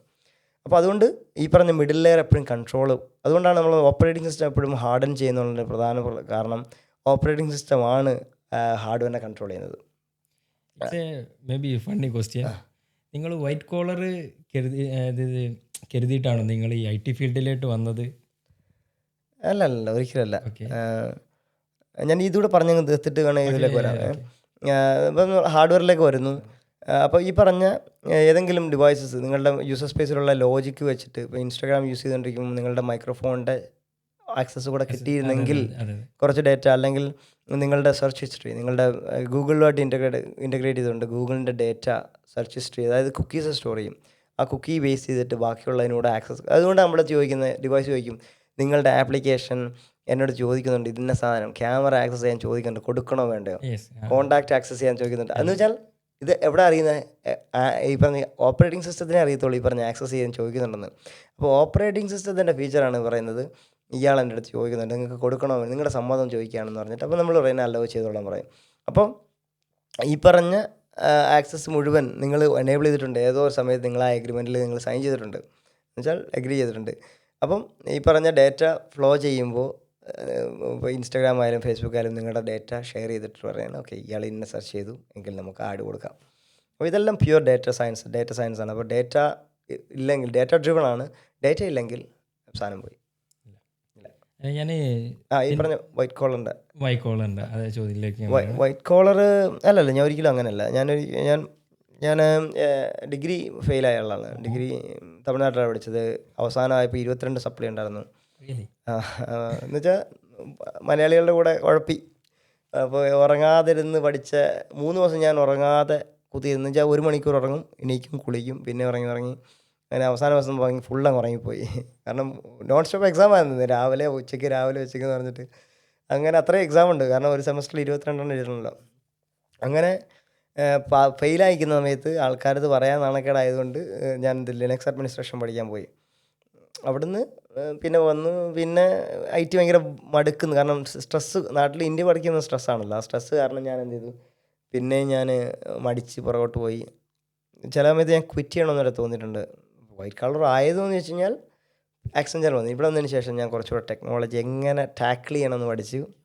അതുകൊണ്ട് ഞാൻ അങ്ങനെ എടുത്തു. അല്ലാതെ എനിക്ക് ഞാൻ മുമ്പ് കബാബ് ഷോപ്പിൽ വർക്ക് ചെയ്തിട്ടുണ്ടായിരുന്നു. പക്ഷേ എനിക്കിപ്പോഴും ആ വർക്കിനോട് ഭയങ്കര താല്പര്യമുണ്ട്. പക്ഷേ എനിക്കിപ്പോഴും ഗ്രോ ചെയ്യണമെന്ന് പറഞ്ഞാൽ ഇപ്പോൾ നമ്മൾ IT അങ്ങനെ ചെയ്തുകൊണ്ടിരിക്കുകയല്ല, അടുത്ത സ്റ്റെപ്പിലേക്ക് നമ്മൾ ചിന്തിക്കും. നമ്മൾ പഠിക്കുക മാത്രമേ ഉള്ളൂ, അല്ലാതെ നമ്മൾക്കൊരാളും ഒരു സ്ലേവായിട്ട് നിൽക്കുന്നില്ല. നമ്മൾ എവിടെ നിന്നാണ് ഗെയിൻ ചെയ്യുന്നത് ആ ഗെയിൻ എടുത്ത് നമ്മൾ പോകും. അപ്പോൾ അതുകൊണ്ട് ഞാനിപ്പോഴും നോക്കുന്നൊരു സ്റ്റേബിൾ പൊസിഷൻ എന്ന് പറഞ്ഞാൽ ഞാൻ ഇൻഡിപെൻഡൻറ്റ് പൊസിഷൻ, അതായത് ഞാൻ ഉറങ്ങുമ്പോഴും ഏൺ ചെയ്യണം. അതാണ് എൻ്റെ നെക്സ്റ്റ് ഗോൾ. അതിലേക്ക് ഞാനിപ്പോൾ ഒരു യുഡമിയുടെ കോഴ്സ് ഞാൻ പ്രിപ്പയർ ചെയ്യുന്നുണ്ട്. ഒരു കമ്പനി നിങ്ങളായിട്ട് വരികയാണ്, ഒരു സൊല്യൂഷൻ വരികയാണെങ്കിൽ നിങ്ങളെങ്ങനെ ആ കമ്പനിനെ അപ്രോച്ച് ചെയ്യുന്നത്? കൺസൾട്ടേഷൻ, ഐ മീൻ ഒരു കൺസൾട്ട് ചെയ്യും എങ്ങനെ? നമ്മുടെ കൺസൾട്ടേഷൻ സ്റ്റാർട്ട് ചെയ്യുന്നത് കുറേ ഫേസസ് ഉണ്ട്. ആദ്യം അവർ പറഞ്ഞ POC റിക്വയർമെൻറ്റ്സ് ഇടുന്നൊരു ഫേസ് ഉണ്ട്. ആ ഫേസിൽ അവർ പറയും ഇന്ന കാര്യങ്ങൾ വേണം. അവർക്ക് ടെക്നോളജിയെ കുറിച്ചൊന്നും അറിയത്തൊന്നുമില്ല. അപ്പം പ്രോജക്റ്റ് മാനേജറാണ് ശരിക്കും പറഞ്ഞാൽ ഈ പറഞ്ഞ പ്രോജക്റ്റിനെ മുഴുവനായിട്ടും ഹാൻഡിൽ ചെയ്യുന്നത്. അപ്പം റിക്വയർമെൻറ്റ് വരുന്നു, അയാൾ ഈ കാര്യങ്ങളെല്ലാം ഒന്ന് ഡ്രാഫ്റ്റ് ചെയ്യുന്നു, ഒരു വയർ ഫ്രെയിം ഉണ്ടാക്കുന്നു. അതിനുശേഷം അതുമായിട്ട് ബന്ധപ്പെട്ട ടെക്നോളജീസ് ആരൊക്കെ വേണം എന്നുള്ളത് ഒരു ടെക്നിക്കൽ പേഴ്സണായിട്ട് ഡിസ്കസ് ചെയ്തതിന് ശേഷം ടീമിനെ ബിൽഡ് ചെയ്യുന്നു. അതിനുശേഷം നമുക്കൊരു ആർക്കിടെക്റ്റ് ഉണ്ടാവും. എപ്പോഴും ഞാൻ ടെക്നിക്കൽ ആസ്പെക്ട്സ് മാത്രം പറയുന്നത്, ബിസിനസ് ആസ്പെക്ട്സ് പറയുന്നില്ല. അതിലേക്ക് വന്നു കഴിഞ്ഞാൽ നമ്മൾ ആദ്യം ഉണ്ടാകുന്നത് ഒരു ടെക്നിക്കൽ ആർക്കിടെക്റ്റ് ആയിരിക്കും, സൊല്യൂഷൻ ആർക്കിടെക്റ്റ്. ഇപ്പോൾ എന്നെ പോലെ ഒരു ക്ലൗഡ് എഞ്ചിനീയർ ഉണ്ടാവും. അപ്പോൾ അയാൾക്ക് ഉദാഹരണം നമുക്കിപ്പം ഇൻസ്റ്റഗ്രാം ഒരു വൺ ഓഫ് ദ സൊല്യൂഷൻ. അപ്പോൾ ഇൻസ്റ്റഗ്രാം ഉണ്ടാക്കണം. അപ്പോൾ ഇൻസ്റ്റഗ്രാം വേണമെങ്കിൽ എന്താ വേണ്ടത്, നമുക്ക് ഓൾറെഡി ഒരു സെർവർ വേണം റൺ ചെയ്യാൻ. ഇപ്പോൾ നമ്മൾ വിചാരിക്കുന്ന ഒരു 100 യൂസറേ ഉണ്ടാവുള്ളൂ എങ്കിൽ നമുക്കൊരു ചെറിയൊരു മെഷീൻ വാങ്ങിച്ചാൽ മതി. ആ മെഷീൻ വാങ്ങിച്ചതിന് ശേഷം പിന്നെ അതിനകത്ത് എന്തൊക്കെ ഇൻസ്റ്റാൾ ചെയ്യണം, അതിൽ ഏതൊക്കെ സെക്യൂരിറ്റി ഗ്രൂപ്പ്സ് എനേബിൾ ചെയ്യണം, സെക്യൂരിറ്റി എങ്ങനെയൊക്കെ കൂട്ടാം, അങ്ങനെയുള്ള കാര്യങ്ങൾ നോക്കിയതിന് ശേഷം അകത്തേക്ക് വരുമ്പോൾ എന്തൊക്കെ കമ്പോണൻസിനെ ചേർത്ത് വെച്ചാലാണ് ഇത് റൺ ചെയ്യുക. ഫോർ എക്സാമ്പിൾ നിങ്ങൾ ഫോട്ടോ അപ്ലോഡ് ചെയ്യുന്നുണ്ട്. ആ ഫോട്ടോ അപ്ലോഡ് ചെയ്യുന്നു പറഞ്ഞാൽ നിങ്ങളൊരു ഓബ്ജക്റ്റാണ് അപ്ലോഡ് ചെയ്യുന്നത്. നമ്മളെ സംബന്ധിച്ച് അങ്ങനെ ഒബ്ജക്ട്സ് ആണ്. ഒബ്ജക്ട്സ് എന്ന് പറഞ്ഞാൽ ഒരു അൺസ്ട്രക്ചേർഡ് ഡാറ്റയാണ്. എന്ന് പറഞ്ഞാൽ കളക്റ്റീവായിട്ട് കിടന്നാലേ കിട്ടത്തുള്ളൂ. മറ്റേന്ന് പറഞ്ഞാൽ മുറിച്ചൊക്കെ ഇടാം, കുഴപ്പമില്ല. സ്ട്രക്ചർ ചെയ്ത് പോകാൻ മുറിച്ച് മാറ്റാം. പക്ഷേ ഇതെന്ന് പറഞ്ഞാൽ ഒരു ഓബ്ജക്റ്റ് സ്റ്റോറേജ് വേണം. അപ്പോൾ നമ്മൾ എന്തെങ്കിലും ഒരു ഓബ്ജക്റ്റ് സ്റ്റോറേജ്, ഇപ്പം ആമസോണിലൊക്കെ ആണെങ്കിൽ S3 ബക്കറ്റ് എന്ന് പറഞ്ഞ സാധനമുണ്ട്. പിന്നെ ഈ പറഞ്ഞ പോലെ ലോഡ് ബാലൻസ് ചെയ്യാൻ, എത്ര യൂസേഴ്സ് വന്നാലും ലോഡ് ബാലൻസ് ചെയ്യാൻ, മൾട്ടിപ്പിൾ സെർവറിലേക്ക് കൊടുക്കാൻ, പിന്നെ ഡിപ്ലോയ്മെൻറ്റിന് വേണ്ടിയിട്ട് ഓട്ടോമേഷന് വേണ്ടിയിട്ട് ഒരുപാട് ടൂൾസ് ഉപയോഗിക്കും. എന്ന് വെച്ചാൽ ഇന്നൊരു ഫീച്ചർ വേണമെങ്കിൽ ഇന്ന് റിലീസ് ചെയ്യണം, അല്ലാതെ നമ്മളൊരു മാസത്തേക്ക് കാത്തിരുന്ന് ചിലപ്പോൾ അതങ്ങ് പോകും. മാർക്കറ്റ് ഡിമാൻഡ് അത് പറഞ്ഞാൽ ഈ ഡെവോപ്സിൻ്റെ പ്രത്യേകത എന്ന് വെച്ചാൽ അജിലിറ്റിയാണ്. ഇന്ന് വേണമെന്ന് പറഞ്ഞാൽ ഇന്ന് കിട്ടും നിങ്ങൾക്ക്, അല്ലാതെ നിങ്ങൾക്ക് ഒരു മാസം കാത്തിരിക്കേണ്ട ആവശ്യമൊന്നുമില്ല. ഓൺ ഡിമാൻഡാണ്. ഡിമാൻഡ് ഇന്നാണെങ്കിൽ ഇന്നാണ് സാധനം കിട്ടുന്നത്. കാറ് വേണമെങ്കിൽ കാറ് പോയി ഇന്നെടുത്തു, സാധനം കിട്ടും എന്നുള്ളൊരു സാധനമാണ്. അപ്പോൾ അതിനുശേഷം ഡെവലപ്മെൻറ്റ് കഴിഞ്ഞ് പിന്നെ ഓപ്പറേഷൻസിലേക്ക് വരുമ്പോൾ പിന്നെ നമ്മൾ ഓപ്പറേഷൻസ് ലീഡായി. അതിനകത്ത് SOCs നോക്കും, സെക്യൂരിറ്റി ഓപ്പറേഷൻസ് കംപ്ലയൻസ് നോക്കും, അതിനൊരു സ്റ്റേറ്റ്മെൻറ്റ് ഉണ്ടാവും. പിന്നെ ഓപ്പറേഷൻസ് പ്രൊസീജിയർ എന്ന് പറഞ്ഞിട്ട് വേറൊരു പ്ലേ ബുക്ക് ഉണ്ട്. അങ്ങനെ കുറച്ച് കാര്യങ്ങൾ ചേർന്നിട്ടാണ് സാധനം റൺ ചെയ്യുന്നത്. അപ്പം പ്രൊസീജിയറാണ് നമ്മൾ, അല്ലെങ്കിൽ ഇപ്പോൾ നമ്മൾ പറഞ്ഞിട്ട് ഇൻഡിവിജ്വൽ ഡ്രിവൺ ആവരുത്, പ്രോസസ് ഡ്രിവൺ ആവണമെന്ന് പറയും. അതാണ് ശരിക്കും പറഞ്ഞാൽ ഏത് കമ്പനി അങ്ങനെ ഫോളോ ചെയ്യാൻ പാടുള്ളൂ. പക്ഷേ സ്റ്റാർട്ടപ്പ് അങ്ങനെയല്ല. സ്റ്റാർട്ടപ്പ് എവിടെ ഇൻഡിവിജ്വൽ ഡ്രിവൺ ആണ്. ഒരാളില്ലെങ്കിൽ അന്നത്തെ കമ്പനി പൂട്ടി, അങ്ങനെ അവസ്ഥയാണ്. പക്ഷേ എന്നാൽ ഞങ്ങളുടെ ഈ പറഞ്ഞ മൾട്ടിനാഷണൽ കമ്പനീസിൻ്റെ കേസ് എന്ന് പറഞ്ഞാൽ പ്രോസസ് ഡ്രിവൺ ആണ്. ഇന്നൊരാൾ വന്നില്ലെങ്കിൽ അടുത്ത ആൾ വന്ന് റീപ്ലേസ് ചെയ്തോളും. കാരണം പ്ലേ ബുക്സ് ഉണ്ട്, ഫോളോ ചെയ്യാനുള്ള ക്രൈറ്റീരിയാസ് ഉണ്ട്, എന്തൊക്കെയുണ്ടോ അയാൾക്ക് കൊടുക്കാനുള്ള KT റെഡിയാണ്, പ്രിപ്പയർഡാണ്. ഇപ്പം ഞാൻ എൻ്റെ ഒരു കൊളീഗ് ഉണ്ട്, ബൾഗേറിയക്കാരനാണ് എൻ്റെ കൊളീഗ്. ആ കൊളീഗ് ചെയ്തുകൊണ്ടിരുന്ന ജോലി ഞാൻ നെക്സ്റ്റ് ഡേ കഴിഞ്ഞ ആഴ്ച പോയി തിങ്കളാഴ്ച ഞാൻ ടേക്ക് ഓവർ ചെയ്തു. അയാൾ ചെയ്തുകൊണ്ടിരുന്ന പണി മുഴുവൻ ഞാൻ ടേക്ക് ഓവർ ചെയ്തു. എന്ന് വെച്ചാൽ എനിക്ക് റെഫറൻസ് ഉള്ളതെന്ന് വെച്ചാൽ അയാളുടെ ജീറ സ്റ്റോറീസിൽ മുഴുവൻ റെഫറൻസ് ഉണ്ട്, ടാസ്കുകളിലേക്ക് റെഫറൻസ് ഉണ്ട്, അയാൾ കൊടുത്ത കമൻസിലേക്ക് റെഫറൻസ് ഉണ്ട്. ഞങ്ങൾക്ക് കോമൺ ആയിട്ട് പ്ലേ ബുക്ക് ഉണ്ട്. ആ പ്ലേ ബുക്കിലേക്ക് ഉണ്ട്. എന്ന് വെച്ചാൽ അയാൾ പോയാൽ എനിക്ക് വേണ്ടത് ഇമെയിൽസ് ഉണ്ട്, നോട്ട്ബുക്സ് ഉണ്ട്, എന്ന് വേണ്ട റിസോഴ്സ്. അയാൾ എനിക്ക് കോൾ ചെയ്യേണ്ട. അയാൾ ഇപ്പോഴും വെക്കേഷനിലാണ്, ഞാൻ ഇവർ വിളിച്ചിട്ടില്ല. ഒരാഴ്ച കഴിഞ്ഞ് ഇനിയിപ്പോൾ അടുത്ത ആഴ്ച വരും, ഞാൻ വെക്കേഷനിൽ പോകും, അയാൾ എൻ്റെ ടേക്ക് ഓവർ ചെയ്യും. അപ്പം ഈ പ്രോസസ് ഡ്രിവൺ എന്ന് പറഞ്ഞ ഇതാണ്. ചില മലയാളികൾ കുറച്ചുകൂടെ മാറേണ്ട സമയം കഴിഞ്ഞു. കാരണം മലയാളികൾക്ക് ഇപ്പോൾ ലിജോ ജോസ് പെല്ലിശ്ശേരിയുടെ സിനിമകൾ കണ്ടു കഴിഞ്ഞാൽ ചില ആൾക്കാർക്ക് മനസ്സിലാവത്തില്ല. അവർ പറയും, ഇപ്പോൾ ഇന്നാൾ ഞാൻ തൊണ്ടി മുതലും ദൃക്സാക്ഷി എന്ന് പറഞ്ഞിട്ടുള്ള ഫഹദ് ഫാസിൻ്റെ സിനിമ കണ്ട് ഞാൻ ഫ്രണ്ട്സിനെ വിളിച്ചുകൊണ്ട് പോയി. എൻ്റെ ഭാഗത്ത് നിന്നിട്ടുണ്ട്, കുറച്ചുകൂടെ ലോജിക്കുള്ള ആൾക്കാരെ വിളിച്ചിട്ട് ഉള്ളതാണ്. അപ്പോൾ അയാൾ സിനിമ കഴിഞ്ഞിട്ട് ലാസ്റ്റ് കത്തെഴുതുന്നുണ്ട്, ഞാൻ മോഷണം നടത്തിയെന്ന് എന്ത് പറഞ്ഞിട്ട് ആ പെണ്ണിനും ഒരു കത്തെഴുതുന്നുണ്ട്. അപ്പോൾ അതാണ് ലാസ്റ്റ് ക്ലൈമാക്സ്. അപ്പോൾ എൻ്റെ അടുത്ത് ഇറങ്ങിയിട്ട് എന്ത് പടം ഇത്, ആ കത്ത് കിട്ടിയത് എന്താ കാണിക്കാത്ത, കത്ത് ആൾക്ക് കിട്ടിയോ ഇല്ലെന്ന് അറിയത്തില്ലല്ലോ, അങ്ങനെയാണ്. എന്ന് വെച്ചാൽ സിനിമയുടെ ലോജിക്ക് എന്താണ്, അല്ലെങ്കിൽ ഒരു സിനിമാറ്റിക് എലമെൻ്റ് ആണ് മനസ്സിലാവാത്തൊരുത്തനെ വിളിച്ചുകൊണ്ട് ഞാൻ സിനിമയ്ക്ക് പോയത്. എന്ന് പറഞ്ഞതുപോലെ നമ്മളിപ്പോൾ ഇന്നാൾ ഈ ഒരാളിങ്ങനെ പ്രോസസ് ഡ്രിവൺ, ഇൻഡിവിജ്വൽ ഡ്രിവൺ എന്ന് പറഞ്ഞിട്ട് മലയാളികളൊന്ന് കമൻറ്റ് ചെയ്തു, എന്ത് പൊട്ടത്തര കാണിക്കുന്നത്. ഇപ്പോൾ ഒരാൾ HR പോയി കഴിഞ്ഞാൽ അടുത്ത HR വരുന്നവരെ നിങ്ങളെങ്ങനെ കമ്പനി റൺ ചെയ്യുന്നത്, അങ്ങനെ കുറച്ച് മണ്ടത്തരങ്ങളായ ചോദ്യം. എന്നാൽ പ്രോസസ് ഡ്രിവൺ എന്ന് പറഞ്ഞാൽ ഒരു മനുഷ്യൻ വന്നിരിക്കലല്ല, അവിടെ വന്ന് ആർട്ടിഫിഷ്യൽ ഇൻ്റലിജൻസ് ചെയ്യലല്ല. നാളെ വന്ന് ചിലപ്പോൾ CEO വന്നിരുന്നാലും HR-ൻ്റെ പണി ചെയ്യാൻ പറ്റും എന്നുള്ളതാണ് മീനിങ്. ജസ്റ്റ് പൊസിഷൻ റീപ്ലേസ് ചെയ്യുന്നു, റെസ്പോൺസിബിലിറ്റി അതേപോലെ തന്നെ ഉണ്ട്. എന്താണോ നിങ്ങൾ ചെയ്യേണ്ടത് ആ ഫോളോ അപ്സ് ടാസ്കുകൾ അവിടെ ഉണ്ട്, നിങ്ങൾ ഡെയിലി റൂട്ടീൻ ചെക്ക് ലിസ്റ്റ് ഉണ്ട്. അത് ഫോളോ ചെയ്യാൻ ഇനി ആരുടെ അടുത്ത് പറയണ്ടേ, എനിക്ക് വേറെ അടുത്തൊന്ന് പറഞ്ഞു കൊടുക്കണോ, ഒരിക്കലും വേണമെന്നില്ല. അങ്ങനെയാണെന്നില്ല പറഞ്ഞാൽ ഈ ഡിപ്പെൻഡൻസി. ഇപ്പോൾ യൂസഫ് അലി നാളെ പോയാൽ ചിലപ്പോൾ ലുലു പൂട്ടുമായിരിക്കും, കാരണം അയാളുടെ ടാസ്ക് ടേക്ക് ഓവർ ചെയ്യാൻ വേറെ ആളുണ്ടാകത്തില്ല. പക്ഷേ എൻ്റെ കമ്പനിയിൽ ഞാൻ പോയാലും ആ കമ്പനി റൺ ചെയ്യും. ഞാനതാണ് എവിടെ കേട്ടിട്ടുണ്ട്, പാസഞ്ചറിന്റെ ഫൗണ്ടർ മരിച്ചിട്ട് ഒരു 1 വീക്ക് കഴിഞ്ഞിട്ടാണ് എംപ്ലോയീസ് അറിഞ്ഞതെന്ന്.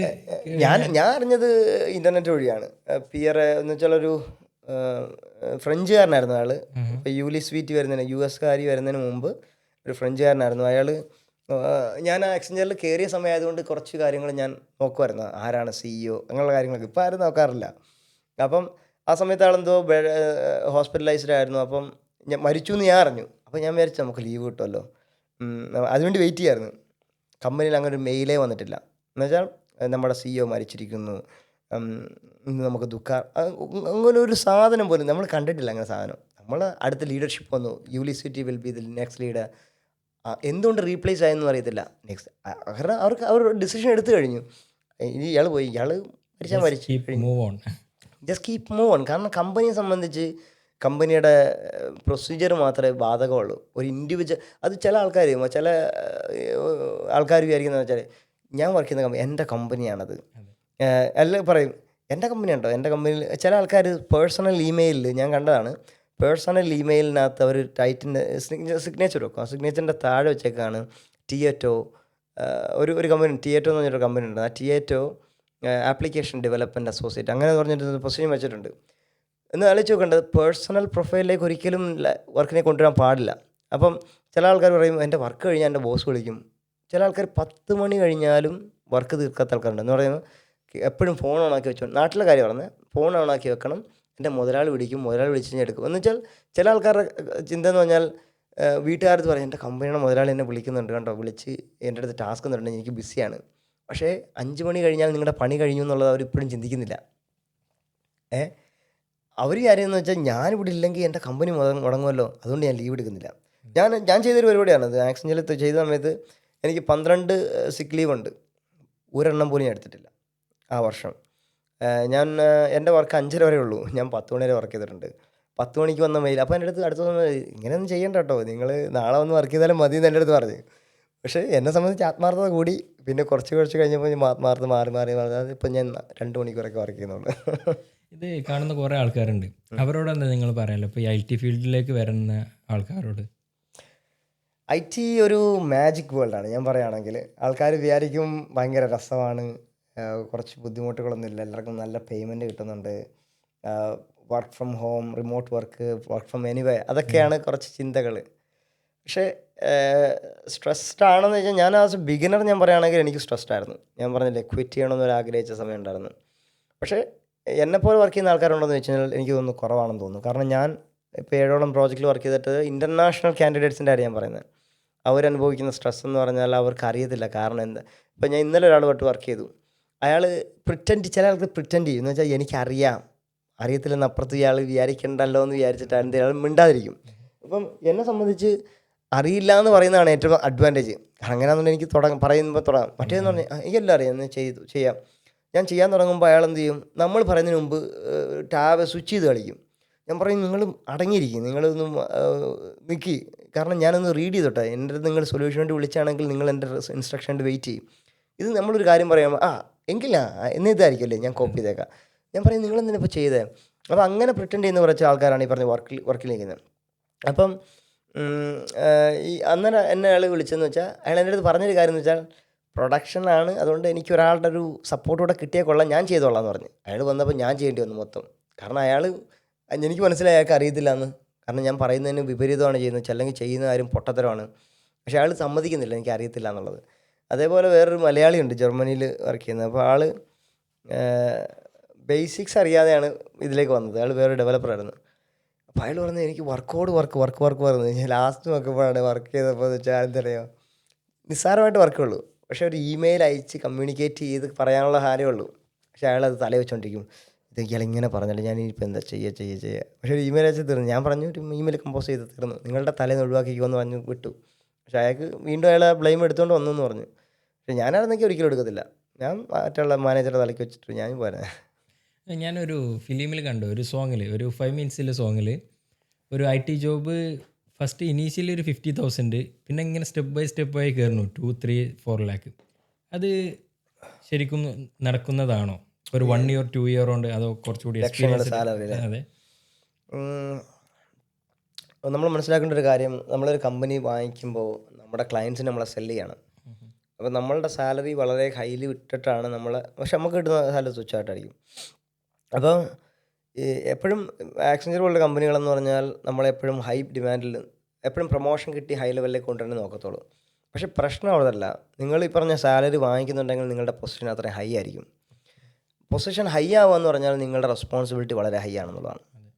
ഇപ്പം ഉദാഹരണം പറയുകയാണെങ്കിൽ നിങ്ങളിപ്പം ചില ആൾക്കാർ സർട്ടിഫൈഡ് ആവുന്നുണ്ട്. സർട്ടിഫൈഡ് ആയി കഴിഞ്ഞാൽ സാലറി കൂടുതൽ കിട്ടും.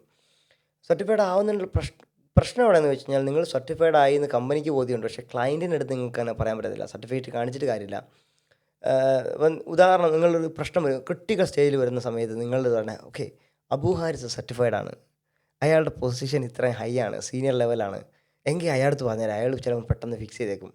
തീർന്നു, ഞാൻ ഫ്രഷറാണ്, ഞാൻ കള്ളം പറഞ്ഞിട്ടാണ് സർട്ടിഫിക്കറ്റൊക്കെ ജസ്റ്റ് ഞാൻ കാണാൻ പഠിച്ച എക്സാം എന്നാണെങ്കിൽ തീർന്നു, അന്നത്തോടുകൂടി എൻ്റെ ജോലി തീർന്നു. അല്ലെങ്കിൽ ഞാൻ അന്നത്തോടുകൂടി മറ്റുള്ളവർ മുമ്പ് മോശക്കാരാകുകയോ അല്ലെങ്കിൽ എൻ്റെ സ്ട്രെസ്സ് കൂടുകയോ ചെയ്യും. ഹൈ സാലറി വാങ്ങിക്കുന്നുണ്ടെങ്കിൽ നിങ്ങളുടെ റെസ്പോൺസിബിലിറ്റി എത്രയും വലുതാണെന്ന് നോക്കിയോ. ഞാൻ ഇപ്പോഴും 3 വർഷമായിട്ട് ഞാൻ റെസ്പോൺസിബിലിറ്റി ലെവൽ 10 ആണ്. 12 തുടങ്ങി 11 10ലേക്ക് എത്തി. ഇപ്പോഴും ഞാൻ 11 അറ്റ്ലീസ്റ്റ് 9 ടീം ലീഡ് പൊസിഷനിലേക്ക് എത്തേണ്ട ഒരു പൊസിഷൻ ഉണ്ട് 3 വർഷമായിട്ട്. എൻ്റെ അടുത്ത് ചോദിക്കാറുണ്ട് പ്രൊമോഷൻ വേണ്ടെന്ന്. ഞാൻ എടുക്കാതെ വെച്ചേക്കാണ്. ഞാൻ അതിന് വേണ്ടിയിട്ടുള്ള ക്രൈറ്റീരിയ കുറേ ട്രെയിനിങ്സ് ഞാൻ അറ്റൻഡ് ചെയ്യാറില്ല, മനഃപൂർവ്വം അറ്റൻഡ് ചെയ്യാറില്ല. ഞാൻ ഇതുവരെയും പ്രൊമോഷൻ വേണ്ടി ഞാൻ ഡിമാൻഡ് ചെയ്തിട്ടില്ല. പ്രധാന കാരണം എനിക്ക് പറഞ്ഞ സൈഡ് ബിസിനസ് നടക്കത്തില്ല. എന്ന് വെച്ചാൽ എനിക്ക് എല്ലാ ദിവസവും റിപ്പോർട്ട് ചെയ്യണം. ഞാൻ വർക്ക് ചെയ്യണ്ട, പക്ഷേ മറ്റുള്ളവരുടെ മെൻറ്റർ ആവണം, മറ്റുള്ളവരുടെ സ്റ്റേറ്റസ് ഞാൻ ചെക്ക് ചെയ്യണം. എന്നാൽ എനിക്ക് പേഴ്സണൽ ഗ്രോത്ത് ഇല്ല. എന്ന് വെച്ചാൽ എനിക്ക് ടെക്നിക്കലി ഒന്നും ചെയ്യാൻ പറ്റത്തില്ല. ഞാൻ ഒരു കമ്പനി വർക്കിലെന്ന് പറഞ്ഞാൽ എൻ്റെ ജൂനിയർ ലെവലിലുള്ള ആൾക്കാരെ ഞാൻ മെൻറ്റർ ചെയ്ത് ഹയർ ലെവലിലേക്ക് കൊണ്ടുവന്ന് അവരെ സെല്ല് ചെയ്യണം. ഇതാണ് എൻ്റെ ഉത്തരവാദിത്വം. അപ്പം എനിക്ക് ടെക്നിക്കലി ഒന്നും ചെയ്യാനില്ല. അപ്പം ഞാൻ ഉദാഹരണം എന്നെ നാളെ ആക്സഞ്ചർ തട്ടി, ഞാൻ വേറൊരു കമ്പനി പോകുമ്പോൾ പറയാൻ പറ്റുമോ ഞാൻ അവിടുത്തെ മെൻറ്റർ ആയിരുന്നു എന്ന് പറയാൻ പറ്റുമോ? പറ്റത്തില്ല. കാരണം അവർക്ക് വേണ്ടത് ടെക്നിക്കൽ സ്റ്റാഫിനെയാണ്. ടെക്നിക്കൽ സ്റ്റാഫ് വിത്ത് മാനേജ്മെൻറ്റ് എഡ്യൂക്കേഷൻ. അപ്പം എനിക്ക് ടെക്നിക്കലൊക്കെ ഫോക്കസ് ചെയ്യാൻ പറ്റത്തില്ല. അത് മാത്രമല്ല ഞാൻ എല്ലാ ദിവസവും മീറ്റിംഗ് അറ്റൻഡ് ചെയ്യണം. മീറ്റിംഗ് വഴി തലവേദനയായിരിക്കും. മീറ്റിംഗ് രാവിലെ തുടങ്ങിയാൽ അത് തന്നെ ഉണ്ടാവുള്ളൂ. അതുകൊണ്ട് എനിക്ക് വലിയ പ്രയോജനമില്ല. അപ്പോൾ എനിക്ക് ഇവിടെ നിന്നിട്ടും മറ്റേതെന്ന് പറഞ്ഞാൽ എനിക്കല്ല, എൻ്റെ വർക്ക് എടുത്തു കഴിഞ്ഞാൽ എനിക്ക് വേണമെങ്കിൽ രാത്രി നിന്ന് വർക്ക് ചെയ്യാം, ഉച്ചയ്ക്ക് വേണമെങ്കിൽ ഫുഡ് കഴിക്കാം. പക്ഷേ ഇതെന്ന് പറഞ്ഞാൽ ഫുഡ് കഴിക്കാൻ പോലും പറ്റത്തില്ലെന്ന്. നമുക്ക് ആ മീറ്റിംഗ് അറ്റൻഡ് ചെയ്യണം, മറ്റൊരു റിപ്പോർട്ട് സബ്മിറ്റ് ചെയ്യണം. ഞാനിപ്പോൾ അത് ചെയ്യാറില്ല. ഞാൻ എൻ്റെ താഴെയുള്ള മെൻറ്റീസ് ഉണ്ട്, ആ മെൻറ്റീസിനെ എല്ലാം ഒഴിവാക്കി. എനിക്കിപ്പോൾ തലവേദന എടുക്കുക. കാരണം ഞാൻ പറഞ്ഞു നിങ്ങളുടെ പ്രൊമോഷൻ എൻ്റെ കയ്യിലില്ല. എന്നെ നിങ്ങൾ മെൻറ്ററാക്കി കഴിഞ്ഞാൽ നിങ്ങളുടെ പ്രൊമോഷൻ കിട്ടത്തില്ല, അതുകൊണ്ട് എന്നെ ഒഴിവാക്കിക്കോളാം. ഞാൻ അങ്ങോട്ട് പറഞ്ഞിട്ട് എന്നെ ഒഴിവാക്കി. 4 പേരുണ്ടായിരുന്നു. ആ 4 പേരുടെ റിപ്പോർട്ടൊന്നും എനിക്ക് കൊടുക്കാൻ പറ്റത്തില്ല മന്ത്ലി. ഭയങ്കര ബുദ്ധിമുട്ടാണ്. നിങ്ങൾ ഐ ടി ഫീൽഡിലേക്ക് നിങ്ങൾ എങ്ങനെ നോക്കുന്നത്? ഇനി ഫ്യൂച്ചറിൽ ഒരു 10 ഇയേഴ്സ് നിങ്ങൾ ഐ ടി ഫീൽഡ് തന്നെ കണ്ടിന്യൂ ചെയ്യുന്നോ അതോ വേറെ എന്തെങ്കിലും ബിസിനസ്സിലോട്ട് നിങ്ങൾ വരുന്നുണ്ടോ? ഞാൻ നല്ലൊരു ട്രെയിനറാണ്. ഞാൻ എപ്പോഴും പറയുന്നതാണ് I am the best trainer in the planet. എനിക്ക് അത്രയും കോൺഫിഡൻസ് ഉള്ളതിൻ്റെ കാരണം ഞാൻ അത്രയും പഠിപ്പിച്ചിട്ടുള്ള എല്ലാം യൂറോപ്യൻ കാൻഡിഡേറ്റ്സാണ്. മലയാളികളുടെ കയ്യിൽ നിന്ന് കിട്ടുന്നത് വേറെ, യൂറോപ്യൻസിൻ്റെ കയ്യിൽ നിന്ന് ഒരു ഇത് കിട്ടുക എന്ന് പറഞ്ഞാൽ ഭയങ്കര അഡ്വാൻറ്റേജ് ആണ്. കാരണം അവർ വരുന്നത് പഠിച്ചിട്ടാണ്. ഒരു ക്ലാസ്സിലിരിക്കുന്നുണ്ടെങ്കിൽ അവർ തലേദിവസം നിന്നെല്ലാം പഠിച്ചതിന് ശേഷമായിരിക്കും വരുന്നത്. അപ്പോൾ അവർക്ക് വേണ്ടത് അഡ്വാൻസ് ടോപ്പിക്സോ അല്ല ബേസിക്സ് ഒന്നും വേണ്ട. അവരെന്നോട് പറഞ്ഞിട്ടുണ്ട് ബാക്കി എല്ലാ ക്ലാസ്സിനെക്കാട്ടും ബെറ്റർ എൻ്റെ ആണെന്ന്. അപ്പം ഞാൻ എപ്പോഴും പഠിപ്പിക്കാൻ ആഗ്രഹിക്കുന്ന ആളാണ്. അതുകൊണ്ട് ഞാൻ ഫ്രീ ആയിട്ടും അല്ലാതെ തന്നെ ഞാനൊരു പഠിപ്പിക്കാൻ ചിലപ്പോൾ ഒരു സ്ഥാപനം തുടങ്ങിയെന്ന് വരും. അതുകൂടാതെ ഈ പറഞ്ഞ പോലെ നേരത്തെ പറഞ്ഞില്ലേ, എനിക്ക് ഡെവലപ്പേഴ്സിൻ്റെ മെൻറ്റാലിറ്റി മനസ്സിലായതുകൊണ്ട് എനിക്ക് എങ്ങനെ ഷോർട്ടായിട്ട് സാധനം ഉണ്ടാക്കാമെന്നറിയാം. അതുകൊണ്ട് എനിക്ക് എന്ത് ചെയ്യും, എനിക്കെപ്പോഴും ഒരു ഡെവലപ്മെൻറ്റ് കമ്പനി തുടങ്ങുന്നത് എനിക്ക് ഭയങ്കര ആഗ്രഹമുണ്ട്. കാരണം മറ്റുള്ളവരെ ടാക്കിൾ ചെയ്യുക എന്നുള്ളത് എനിക്ക് ഭയങ്കര നിർബന്ധമാണ്. കാരണം അത്രയും പൊട്ടത്തരം കാണിക്കുന്ന ആൾക്കാരെ എനിക്ക് വേണ്ട. അതിലും ബെറ്റർ എൻജിനീയേഴ്സിനെ ഉണ്ടാക്കാൻ പറ്റും. അതാണ് ഞാൻ ഉദ്ദേശിക്കുന്നത്. അതുകൂടാതെ ബിസിനസ് തന്നെയാണ് ഞാൻ എപ്പോഴും ഫോക്കസ് ചെയ്യുന്നത്. കാരണം എനിക്കിനി ലേണിംഗ് കപ്പാസിറ്റി കുറയാണ്. ലേണിംഗ് കപ്പാസിറ്റി എന്ന് വെച്ചാൽ എനിക്ക് സിസ്റ്റത്തിന് മുമ്പ് ഇരുന്ന് പഠിച്ചുകൊണ്ടിരിക്കേണ്ട കാര്യമില്ല. കാരണം എനിക്ക് ഏകദേശം മനസ്സിലായി കഴിഞ്ഞു. ഇനി വേണ്ടത് എങ്ങനെ അഡോപ്റ്റ് ചെയ്യാം, മറ്റുള്ളവർക്ക് എങ്ങനെ സൊല്യൂഷൻ പ്രൊവൈഡ് ചെയ്യുന്ന എമൗണ്ട് ആണ്. ഞാനൊരു UK ബേസ്ഡ് ഒരാളോട് ഞാൻ ചോദിച്ചപ്പം അയാൾ പറഞ്ഞത് മണിക്കൂറിൽ സൊല്യൂഷൻ കൺസൾട്ടേഷൻ കോളിന് വേണ്ടി മാത്രം തരുന്നത് €60 per hour ആണ്, £60 per hour ആണ്. എന്ന് വെച്ചാൽ 6000 രൂപ ഒരു മണിക്കൂറിന്. അതേപോലെ ഞാനും ചാർജബിൾ ആവാൻ പോവാണ്. കാരണം നമ്മളുടെ സ്കില്ല് മറ്റുള്ളവരെ ഇല്ലാത്തതാണ്. അപ്പം ഞാൻ എന്തായാലും അത് ഉപയോഗിക്കും 100%. നിങ്ങൾ കമ്പനി ഉണ്ടാക്കണം എന്ന് പറഞ്ഞല്ലോ, അത് യൂറോപ്പിലാണോ അതോ ഇന്ത്യയിലോട്ട് പോകാനാണോ? ഞാൻ പറഞ്ഞില്ലേ ഇപ്പം യൂറോപ്പിൽ ഈ ഒരു രാജ്യത്തിൻ്റെ കേസിലാണെന്ന് പറഞ്ഞാൽ ടാക്സ് ഭയങ്കര പ്രശ്നമാണ്. അതുമല്ല ടാക്സേഷൻ്റെ കീപ്പിംഗ് ഭയങ്കര ബുദ്ധിമുട്ടാണ്. എപ്പോഴും നമ്മുടെ നാട് തന്നെയാണ് നമ്മുടെ ഗ്ലോബൽ മാർക്കറ്റ്. കാരണം ഇന്ത്യയിൽ നിന്നുള്ള ഒരു സ്റ്റുഡൻറ്റിൻ്റെ എന്ന് വെച്ചാൽ പോപ്പുലേഷൻ ബേസ് നോക്കുകയാണെങ്കിൽ ഇന്ത്യ തന്നെയാണ് ഏറ്റവും മാർക്കറ്റ്. അപ്പം പക്ഷേ നമ്മുടെ കസ്റ്റമേഴ്സ് എന്ന് പറയുമ്പോൾ ഗ്ലോബലാണ്. ഇൻ്റർനെറ്റ് എന്ന് പറഞ്ഞാൽ നമ്മളൊരു റീജിയൻ ബേസ്ഡ് ഒന്നുമല്ല. അപ്പം എപ്പോഴും ഗ്ലോബൽ കസ്റ്റമേഴ്സിലേക്ക് റീച്ച് ചെയ്യാനാണ് ഞാൻ കൂടുതൽ നോക്കുന്നത്. Anyway in the world. ഞാൻ ആദ്യം എന്ന് പറഞ്ഞ ലോക്കൽ ലാംഗ്വേജിലാണ് നമ്മളിപ്പോൾ കമ്മ്യൂണിക്കേറ്റ് ചെയ്ത് നോക്കുന്നത്. പിന്നീട് ഫ്യൂച്ചറിൽ ചിലപ്പം യൂഡമി കോഴ്സ് പക്ഷേ ഇംഗ്ലീഷിലാണ് ഞാൻ നോക്കുന്നത്. യൂഡമി എന്ന് പറഞ്ഞാൽ ഒരു എന്താ പറയുക, സെൽഫ് ബേസ്ഡ് ട്രെയിനിങ് അങ്ങനെ ഇടാൻ വേണ്ടിയിട്ടുള്ള സംഭവമാണ് ഞാൻ നോക്കുന്നത്. നിങ്ങളിനി ഫ്യൂച്ചർക്ക് നോക്കുമ്പോൾ വേറെ എവിടെയെങ്കിലും ജോബ് ചെയ്യാൻ നോക്കുന്നുണ്ടോ? വേറെ ഏതെങ്കിലും കൺട്രിയിലോ? ഒരിക്കലില്ല. എല്ലാവരും പറയാറുണ്ട് ലാറ്റ്വിയിൽ അങ്ങ് സ്റ്റക്കായി പോയല്ലേ, നിങ്ങൾക്ക് ഗ്രോത്ത് വേണ്ടേ. അതുകൊണ്ടാണ് ഞാൻ ആ ചോദ്യം ചോദിച്ചത്. ഞാൻ ഇപ്പോൾ 7 വർഷമായി വർഷമായി എല്ലാവരും ചോദിക്കുന്നത് നിങ്ങൾക്ക് മാറിക്കൂടെ. ഞാൻ ചോദിക്കുന്ന എല്ലായിടത്തും നമുക്കൊരവസരമുണ്ട്, നമ്മുടെ കയ്യിൽ ഒരു കഴിവുണ്ടെന്ന് തോന്നിക്കഴിഞ്ഞാൽ ഞാനിവിടെ ഞാൻ അങ്ങനെയാണ് നോക്കുന്നുള്ളൂ. എൻ്റെ കപ്പാസിറ്റി എന്താണെന്ന് മറ്റുള്ളവർക്ക് അറിയത്തില്ല. അവരെ സംബന്ധിച്ച് സാലറി, ലൈഫ് ബെറ്റർ. എന്നെ സംബന്ധിച്ച് ലാറ്റ്വിയ വളരെ സേഫാണ്, ചിലവ് കുറവാണ്, മൈഗ്രേറ്റ് ചെയ്യാൻ എപ്പോഴും നമുക്ക് പോസിബിലിറ്റീസ് ഉണ്ട്. എന്ന് വെച്ചാൽ സ്ഥലങ്ങൾ കണ്ടുവരണം. ഞാൻ ഒരുപാട് യാത്ര ചെയ്ത ആളാണ്. ഞാൻ എൻ്റെ ജർമ്മൻ കൊളീഗുമായിട്ട് സംസാരിച്ചപ്പോൾ ഞാനും അയാളും തമ്മിലുള്ള സാലറി വ്യത്യാസം 400 euro ആണ്. എന്നാൽ എനിക്കിവിടെ ചിലവ് കുറവും അയാൾക്ക് ചിലവ് കൂടുതലുമാണ്. എന്ന് വെച്ചാൽ അയാൾ മിച്ചം പിടിക്കുന്ന എന്നെക്കാട്ടിൽ ഒരു 400 euro മാറ്റി വെക്കുമായിരിക്കും. പക്ഷേ അതിനകത്ത് തന്നെ അയാൾക്ക് ജോലിയില്ലെങ്കിൽ പെട്ടു. പക്ഷേ ജർമ്മനിയുടെ കേസിലാണെങ്കിൽ കുറച്ച് ജോബ് സെക്യൂരിറ്റി ഉണ്ട്, ഇവിടെ അതുപോലെ ഉണ്ട്. അപ്പോൾ 400 euro വ്യത്യാസത്തിന് വേണ്ടിയിട്ട് ഞാൻ ഉണ്ടാക്കി വെച്ചേക്കുന്ന ഒരു പ്ലാറ്റ്ഫോം എന്തിനു ഞാൻ കളയണം? എനിക്കിപ്പോൾ ഈ പറഞ്ഞ പോലെ ഇത്രയും കാര്യങ്ങൾ എനിക്ക് സെറ്റ് ചെയ്ത് ഇത്രയും ഫ്രണ്ട്സിനെ ഉണ്ടാക്കാൻ പറ്റിയത് ഇവിടെ നിന്നാണ്. ഇനി ഒരു രാജ്യത്ത് പോയാൽ ഞാൻ 0-ൽ തുടങ്ങുന്നതിനെക്കാട്ട് എത്ര പറ്റാണ് ഇവിടെ നിന്ന് തന്നെ എനിക്ക് ഓൾറെഡി അറിയുന്ന ഒരു റിസോഴ്സ് ഞാൻ സെല് ചെയ്യുന്നത്. ഞാനങ്ങനെ ചിന്തിക്കുന്ന ആളാണ്. മറ്റുള്ളവർ എന്ത് പറയുന്നതെന്ന് ഞാൻ നോക്കുന്നില്ല. അവർക്ക് ആ ലോകം അറിയാത്തതുകൊണ്ടാണ്. ലോകം കാണണമെങ്കിൽ നിങ്ങൾ യാത്ര ചെയ്യണം. എങ്കിൽ മാത്രമേ നിങ്ങൾ ഈ പറഞ്ഞ പോലെ നിങ്ങളുടെ അഭിപ്രായം മാറും. അപ്പോൾ നിങ്ങൾ ലാറ്റ്വിയ തന്നെ തുടരും എന്നാണോ അതിൽ പറയുന്നത്? പറഞ്ഞില്ല, ബിസിനസ് എന്ന് പറഞ്ഞാൽ നമുക്കെപ്പോഴും ഞാൻ നേരത്തെ പറഞ്ഞൊരു കാര്യമാണ്, ഉറങ്ങുമ്പോഴും പൈസ ഉണ്ടാക്കണം, അത്രേ ഞാൻ ഉദ്ദേശിക്കുന്നുള്ളൂ. അതിപ്പോൾ ഞാൻ ഈ പറഞ്ഞ പോലെ എനിക്ക് വെക്കേഷൻ എടുക്കണമെങ്കിൽ നാട്ടിൽ പോകണം. പക്ഷേ എപ്പോഴും ഞാൻ തിരിച്ചിങ്ങോട്ട് തന്നെ വരും. നാട്ടിൽ പോകാനുള്ള സമയം ഒരു എംപ്ലോയറെ ഞാൻ ഡിപ്പെൻഡ് ചെയ്യേണ്ട, അയാളുടെ പെർമിഷന് വേണ്ടിയിട്ട് ഞാൻ കാത്തിരിക്കേണ്ട ആവശ്യമില്ല. ഇതാണ് എൻ്റെ ഉദ്ദേശം. ഇൻഡിപെൻഡൻ്റ് ആകുക എന്ന് പറഞ്ഞാൽ എല്ലാ മീൻസിലും, ഫിനാൻഷ്യലി അല്ലെങ്കിൽ റെസ്പോൺസിബിലിറ്റിയിൽ, ഒരാളോട് റിപ്പോർട്ടിങ് ചെയ്യുന്ന എല്ലാ കാര്യത്തിലും ഇൻഡിപെൻഡൻ്റ് ആകുക എന്നുള്ളത് ഞാൻ നോക്കുന്നത്. IT ഫീൽഡിലേക്ക് വരുന്നവരോടും അതുപോലെ തന്നെ നമുക്ക് ഇനി എന്തൊക്കെയാണ് ഫ്യൂച്ചറിൽ എന്തൊക്കെയാണെന്നുള്ളതെന്ന് പറഞ്ഞല്ലോ. IT ഫീൽഡിൽ ഒരു സ്ട്രീമല്ല ഞാൻ പറഞ്ഞിട്ടു. എല്ലാവർക്കും പറഞ്ഞത് കോഡിങ് എന്ന് പറഞ്ഞിട്ട് ഞാൻ പറഞ്ഞില്ലേ, വർക്ക് ചെയ്യുന്നതല്ല കൂടുതലും. പ്രോംപ്റ്റ് എഞ്ചിനീയറിംഗ് വല്ലാത്തൊരു പുതിയൊരു ഫീൽഡാണ്, നല്ല അടിപൊളി. എനിക്ക് ആ ഒരു സ്കേബിലിറ്റി എനിക്ക് പോകുന്നുണ്ട്, കാരണം ആക്സഞ്ചർ ട്രെയിനിങ് ഒക്കെ നമുക്ക് ഓൾറെഡി കിട്ടിയിട്ടുണ്ട്. IT-യിൽ നിങ്ങൾക്ക് ഒരു ട്രെയിനർ ആവാം, നിങ്ങൾക്ക് ടെസ്റ്റിങ് ഉപയോഗിക്കാം, data analysis, machine learning, even management സൈഡിൽ, അതായത് IT മാനേജർ ആവാം. അതാണ് ഏറ്റവും കൂടുതൽ നല്ല പൊസിഷൻ. പ്രോജക്റ്റ് മാനേജർ നിങ്ങളുടെ എക്സ്പീരിയൻസ് ആയി കഴിഞ്ഞാൽ പിന്നെ അടുത്ത ലെവലിൽ delivery manager, project manager, compliance manager, അങ്ങനെ കുറേ ലെവലുണ്ട്. അല്ല നമ്മൾ പറഞ്ഞ കോഡിങ് മാത്രമല്ല, AI വരുന്നതുകൊണ്ട് നമ്മൾ കോഡിങ് കുറച്ചുകൂടെ കുറഞ്ഞു. പിന്നെ നമുക്ക് വേണ്ടത് നമ്മുടെ സ്കില്ല് ഉപയോഗിച്ചുകൊണ്ട് ബാക്കിയുള്ള തലങ്ങളിൽ നമുക്കെങ്ങനെ മറ്റൊരു ബെസ്റ്റ് പൊസിഷൻ ഉണ്ടാക്കാം. ചിലപ്പോൾ നമ്മൾ തന്നെ ചിലപ്പം പുതിയൊരു പൊസിഷനിൽ നമുക്ക് പേരിട്ടേക്കാം. അതൊക്കെ വേണമെങ്കിൽ ഉണ്ടാക്കിയെടുക്കാൻ പറ്റുന്ന മേഖലയാണ് IT-യിൽ. IT ബോറാക്കാനുള്ള കാരണം നിങ്ങളുടെ വർക്ക് കൾച്ചർ തന്നെയാണ്. നിങ്ങളുടെ വർക്ക് കൾച്ചർ കുറച്ചുകൂടെ എന്ന് പറഞ്ഞില്ലേ, പഠിക്കുന്ന എവിടെ നിന്നാന്നുള്ള ഒരു പ്രധാനപ്പെട്ട കാര്യമാണ്. പഠിപ്പിക്കുന്ന ആളും ഭയങ്കര പ്രധാനപ്പെട്ട കാര്യമാണ്.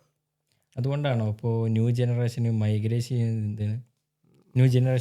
ചെയ്യുന്നത് എങ്ങോട്ട്? ഇന്ത്യയിൽ നിന്ന് വേറെ അബ്രോഡ് സ്റ്റഡീസിലേക്ക് മൈഗ്രേറ്റ് ചെയ്യുന്നത് ബെറ്റർ എഡ്യൂക്കേഷന് വേണ്ടിയിട്ടാണോ? ബെറ്റർ എഡ്യൂക്കേഷൻ ഞാൻ പറയത്തില്ല, കാരണം പഠിക്കാനാണെങ്കിൽ ഇതുപോലുള്ള രാജ്യങ്ങൾ ഇതുപോലെ പോകേണ്ട യൂണിവേഴ്സിറ്റിയൊക്കെ വേറെയാണ്. പക്ഷേ അവർ നോക്കുന്നത്, എനിക്ക് തോന്നുന്നത് ബെറ്റർ ലൈഫാണ് നോക്കുന്നത്. ഇൻ ദ സെൻസ് പറഞ്ഞല്ലേ, മറ്റുള്ള കുറേ ആൾക്കാർ ഇപ്പം പ്രൈവസി ഭയങ്കര ഇമ്പോർട്ടൻ്റ് ആയിട്ട് നോക്കുന്നുണ്ട്. ആ പ്രൈവസി ഉള്ള ഒരു വേൾഡിലേക്ക് നോക്കുക. എല്ലാവരും പറയുന്നുണ്ട് മറ്റേ ഫ്രീഡം മൊത്തത്തിൽ ഒരു ഫ്രീഡം കിട്ടുന്നു എന്നാണ് പറയുന്നത്. അതുകൊണ്ട് എഡ്യൂക്കേഷനൊന്നും ഞാൻ വിശ്വസിക്കുന്നില്ല ഒരിക്കലും, അത് മണ്ടത്തരാണ്. പൊതുവെ ആൾക്കാരും ഈ പറഞ്ഞ പ്രൈവറ്റ് ലൈഫ് ആഗ്രഹിച്ചു വരുന്നുണ്ട് ഇപ്പോൾ കൂടുതലും. അത് നിങ്ങൾ പറഞ്ഞല്ലോ ഇപ്പോൾ ബിസിനസ് ബിൽഡ് ചെയ്യാന്നുള്ളത്, എങ്ങനെയാണ് നിങ്ങൾ ഈ കസ്റ്റമേഴ്സിലേക്ക് ഇറങ്ങി ചെന്നാണ്ട് എങ്ങനെ നെറ്റ്വർക്ക് ബിൽഡ് ചെയ്യാൻ കരുതുന്നത്? എപ്പോഴും എൻ്റെ കസ്റ്റമേഴ്സ് എന്ന് പറഞ്ഞാൽ എൻ്റെ ഫ്രണ്ട്സ് തന്നെയാണ്. എന്ന് വെച്ചാൽ ഫ്രണ്ട്സ് ഇൻ ദ സെൻസ് നമ്മൾ അഡ്വൈസ് കൊടുത്തതോ അല്ലെങ്കിൽ നമ്മളെ ഒരു ക്വാളിറ്റി ട്രെയിനറായിട്ടോ അല്ലെങ്കിൽ നമ്മളിലേക്ക് വന്നു കഴിഞ്ഞാൽ ഒരു ക്വാളിറ്റി പ്രോഡക്റ്റ് കിട്ടുമെന്ന് ഉറപ്പുള്ളവർക്കും നമ്മൾ അത് തന്നെയാണ് നോക്കുന്നത്. അല്ലാതെ നമുക്ക് എല്ലാ കസ്റ്റമേഴ്സിനും വേണ്ട, നമ്മളെ ഡിമാൻഡ് ചെയ്യുന്ന ആൾക്കാർക്ക് മാത്രം മതി. അപ്പം നെറ്റ്വർക്ക് ബിൽഡ് ചെയ്യുന്നതെന്ന് പറഞ്ഞാൽ ഞാനൊരു ബെസ്റ്റ് ട്രെയിനറാണ്, ഞാനൊരു ക്വാളിറ്റി പേഴ്സൺ ആണെന്നുള്ളത് ഞാൻ പറഞ്ഞില്ല, ക്ലാസ് എടുക്കുന്നതിലൂടെ മനസ്സിലാക്കാം. ഞാൻ എൻ്റെ ഫ്രീ ട്യൂട്ടോറിയൽസ് യൂട്യൂബിലുണ്ട്. അതുപോലെ തന്നെ എൻ്റെ സ്റ്റുഡൻസ് എന്ന് പറഞ്ഞാൽ ബേസിക് IT പോലും ഇല്ലാത്ത ചിലപ്പോൾ ഹൗസ് വൈഫ്സ് ആയിരിക്കും. അങ്ങനെ ഹൗസ് മേക്കിംഗ് സ്റ്റുഡൻസാണ് എൻ്റെ ക്ലാസ് റൂമിൽ വരുന്നത്. അപ്പം അവരാണ് എൻ്റെ പ്രചോദനം. എന്ന് വെച്ചാൽ നിങ്ങൾക്ക് പഠിക്കാമെങ്കിൽ ആർക്കും പഠിക്കാം. അതാണ് എൻ്റെ മാർക്കറ്റിംഗ് സ്ട്രാറ്റജി. അല്ലാതെ പഠിച്ചവരെ വേണ്ട എനിക്ക്. I need someone who is new in IT. അതാണ് എൻ്റെ നെറ്റ്വർക്കിംഗ് പറഞ്ഞില്ല മാർക്കറ്റിംഗ് ചാൻസ് എന്നൊക്കെ പറയാം. എന്താണ് നിങ്ങളൊരു keep away like take away ആയിട്ട് നിങ്ങൾക്ക് എന്ത് നൽകാം? IT ഇൻട്രസ്റ്റിംഗ് ആണ്, വളരെ ഇൻട്രസ്റ്റിംഗ് ആണ്. ഞാൻ എപ്പോഴും പറയുന്നതാണ്, നിങ്ങൾ IT വന്നു കഴിഞ്ഞാൽ തിരിച്ചു പോകത്തില്ല. അത് ഞാൻ 100% ഉറപ്പുതരാം. കാരണം ഇൻട്രസ്റ്റിംഗ് ആയി എടുക്കുകയാണെങ്കിൽ. അതല്ല, നിങ്ങൾ അറിയാതെ ഒരു കാര്യം പഠിക്കാതെ നിങ്ങൾ IT പൈസ ആഗ്രഹിച്ച് മാത്രം വരുവാണെങ്കിൽ നിങ്ങൾക്കത് കിട്ടത്തില്ല. അതെൻ്റെ ഇതിനു മുമ്പ് പ്രമിത്ത് എന്ന് പറഞ്ഞ എൻ്റെ ഒരു സീനിയർ സ്റ്റാഫ് ആളുണ്ടായിരുന്നു. ആൾ എന്നോട് പറഞ്ഞ കാര്യം തന്നെയാണ് നോക്കുന്നത്. പൈസ നിങ്ങൾ നോക്കരുത്. ഞാൻ അന്ന് പറഞ്ഞൊരു പരാതി എന്ന് വെച്ചാൽ എനിക്ക് സാലറി 12,000 ഉള്ളൂ, എനിക്ക് കിട്ടുന്നില്ല. അപ്പോൾ ആൾ പറഞ്ഞത് പൈസ നോക്കരുത്, നിങ്ങൾ ഡെയിലി ഇമ്പ്രൂവ് ചെയ്യാൻ പറഞ്ഞു. 6 മാസം വരെ ഞാൻ പണിയെടുക്കാൻ വന്നു. പിന്നെ അയാൾ പറഞ്ഞതിന് ശേഷം ഞാൻ പഠിക്കാൻ തുടങ്ങിയത്. പഠിക്കാൻ തുടങ്ങിയതിന് ശേഷം ഞാൻ ഏൺ ചെയ്തത്, അടുത്ത കമ്പനി സ്റ്റാർട്ട് ചെയ്ത് ജമ്പ് ചെയ്ത് കൊച്ചിയിലേക്ക് മാറിയപ്പോൾ എൻ്റെ സാലറി 22,000 ആയി, ഡബിളായി. അപ്പോൾ ഞാൻ അവിടെ ഡിമാൻഡ് ചെയ്തപ്പോൾ അവർ ചോദിച്ചു, നിങ്ങൾക്ക് എന്തിനാണ് ഡിമാൻഡ് ചെയ്ത് നെഗോഷിയേറ്റ് ചെയ്യുന്നതെന്ന് ചോദിച്ചപ്പോൾ പറഞ്ഞു, എൻ്റെ സ്കില്ല് കുറച്ച് കൂടുതലാണ്, ഇന്ന സ്കില്ലുണ്ടെന്ന് പറഞ്ഞപ്പോൾ പറഞ്ഞു ഓക്കെ, അവർ അംഗീകരിച്ചു. പിന്നെ ആക്സെഞ്ചറിലേക്ക് വന്നപ്പോൾ ഞാനത് ഡിമാൻഡ് ചെയ്തൊന്നുമല്ല, എനിക്ക് കിട്ടിയതാണ്. എന്ന് വെച്ചാൽ പറഞ്ഞ സാലറി സ്കെയിൽ വെച്ചിട്ട് മാറിയാണ്. അങ്ങനെ ഞാൻ ടെക്നോളജിയുടെ പുറകെ പോയപ്പോൾ എൻ്റെ പുറകിൽ ഇപ്പോൾ എനിക്ക് ഒരുപാട് ഓഫേഴ്സ് വരുന്നത്. ലിങ്ക്ഡിനിൽ വരുന്ന ഓഫേഴ്സ് ഭയങ്കര വലുതാണ്, ഞാൻ എടുക്കാത്തതാണ്. അറിയാലോ, ആക്സെഞ്ചറാണ് ഏറ്റവും ലോവസ്റ്റ് പേ സാലറി കൊടുക്കുന്ന ഒരു കമ്പനി. ബാക്കിയുള്ളടത്തൊക്കെ നല്ല പേയ്മെൻ്റ് ഉണ്ട്. ഞാനത് എടുക്കാത്തതിൻ്റെ പ്രധാന കാരണം എനിക്ക് പഠിപ്പിക്കാനുള്ള പ്ലാറ്റ്ഫോം പോകും. അതുകൊണ്ടാണ് ഞാൻ ആക്സെഞ്ചറിൽ ഒരുപാട് 3 മാസം കൂടുമ്പോൾ എനിക്ക് ക്ലാസ് എടുക്കാൻ പറ്റും. പഠിപ്പിക്കാനുള്ള ആഗ്രഹം കൊണ്ട് ഞാൻ ആക്സെഞ്ചറിൽ ആ ഒരു ലോവസ്റ്റ് സാലറി എടുത്തുകൊണ്ട് എൻ്റെ നെറ്റ്വർക്ക് ബിൽഡ് ചെയ്യും. അതുപോലെ തന്നെ എൻ്റെ കഴിവ് ഞാൻ തന്നെ ഒന്ന് ബൂസ്റ്റ് ചെയ്തെടുക്കുകയും ചെയ്യും. അതായത് പഠിപ്പിക്കണമെങ്കിൽ ഞാൻ പഠിക്കണം, അപ്പോൾ പഠിച്ചിട്ടാണ് ഞാൻ പോകുന്നത്. അപ്പോൾ അതുകൊണ്ട് ഞാൻ എന്ത് ചെയ്തു, എപ്പോഴും ആക്സെഞ്ചറിൽ സ്റ്റിക്ക് ചെയ്യുന്നു. അപ്പോൾ ഞാൻ പൈസ പുറകിൽ പോകാത്തതുകൊണ്ട് ബാക്കിയെല്ലാം എനിക്ക് കിട്ടി. അപ്പോൾ ഇനി എനിക്കൊരു കമ്പനി സ്വിച്ച് ചെയ്യണമെങ്കിൽ ഞാൻ ഡിമാൻഡ് ചെയ്യുന്ന പൈസ ഭയങ്കര വലുതായിരിക്കും. അതുപോലെ ഞാൻ കൺസൾട്ടേഷൻ ഫീ എൻ്റെ വലുതായിരിക്കും. എന്ന് വെച്ചാൽ ഞാൻ പ്രീമിയം കാൻഡിഡേറ്റ് ആണ്. നിങ്ങൾ കൊടുക്കുന്ന സൊല്യൂഷൻ ഞാൻ വിട്ടിട്ട് പോലല്ലോ, നിങ്ങളുടെ ആ ലൈഫ് സൈക്കിൾ മുഴുവൻ ഉണ്ടാവും. അതാണ് ഞാൻ കൊടുക്കുന്നത്. അപ്പം IT വരികയാണെങ്കിൽ നിങ്ങൾ IT എന്നല്ല, ഏതൊരു മേഖല ആയിക്കോട്ടെ, എപ്പോഴും നിങ്ങൾ പൈസ നോക്കാതെ നിങ്ങൾക്ക് എന്താണോ പറ്റുക അതാണ്. ഇപ്പോൾ അബ്ദുൽ കലാം പറയുന്ന പോലെ നിങ്ങളുടെ കമ്പനി സ്നേഹിക്കരുത്. കമ്പനി സ്നേഹിച്ചാൽ കമ്പനി ദിവസം നിങ്ങളെ ചവിട്ടിപ്പുറത്താക്കും. അതല്ല, നിങ്ങളുടെ ജോലി സ്നേഹിക്കുക. നിങ്ങൾ വർക്കിനെ സ്നേഹിച്ചാൽ നിങ്ങൾ അതെന്നും ചെയ്തുകൊണ്ടിരിക്കും, നിങ്ങളുടെ പാഷനായിട്ട് മാറും. അത് നിങ്ങൾ കമ്പനി മാറി അത് തന്നെ ചെയ്തുകൊണ്ടിരിക്കും. അത് നിങ്ങളുടെ പേഴ്സണൽ. അപ്പോൾ നമ്മൾ ആക്ച്വലി തന്നെ 3 കാര്യങ്ങളുണ്ട്: project growth, company growth, individual growth. ഇത് 3 ഉണ്ടെങ്കിലേ പ്രൊമോഷൻ കിട്ടുള്ളൂ. അപ്പോൾ ഇൻഡിവിജ്വൽ ഗ്രോത്ത് വളരെ ഇമ്പോർട്ടൻ്റ് ആണ്.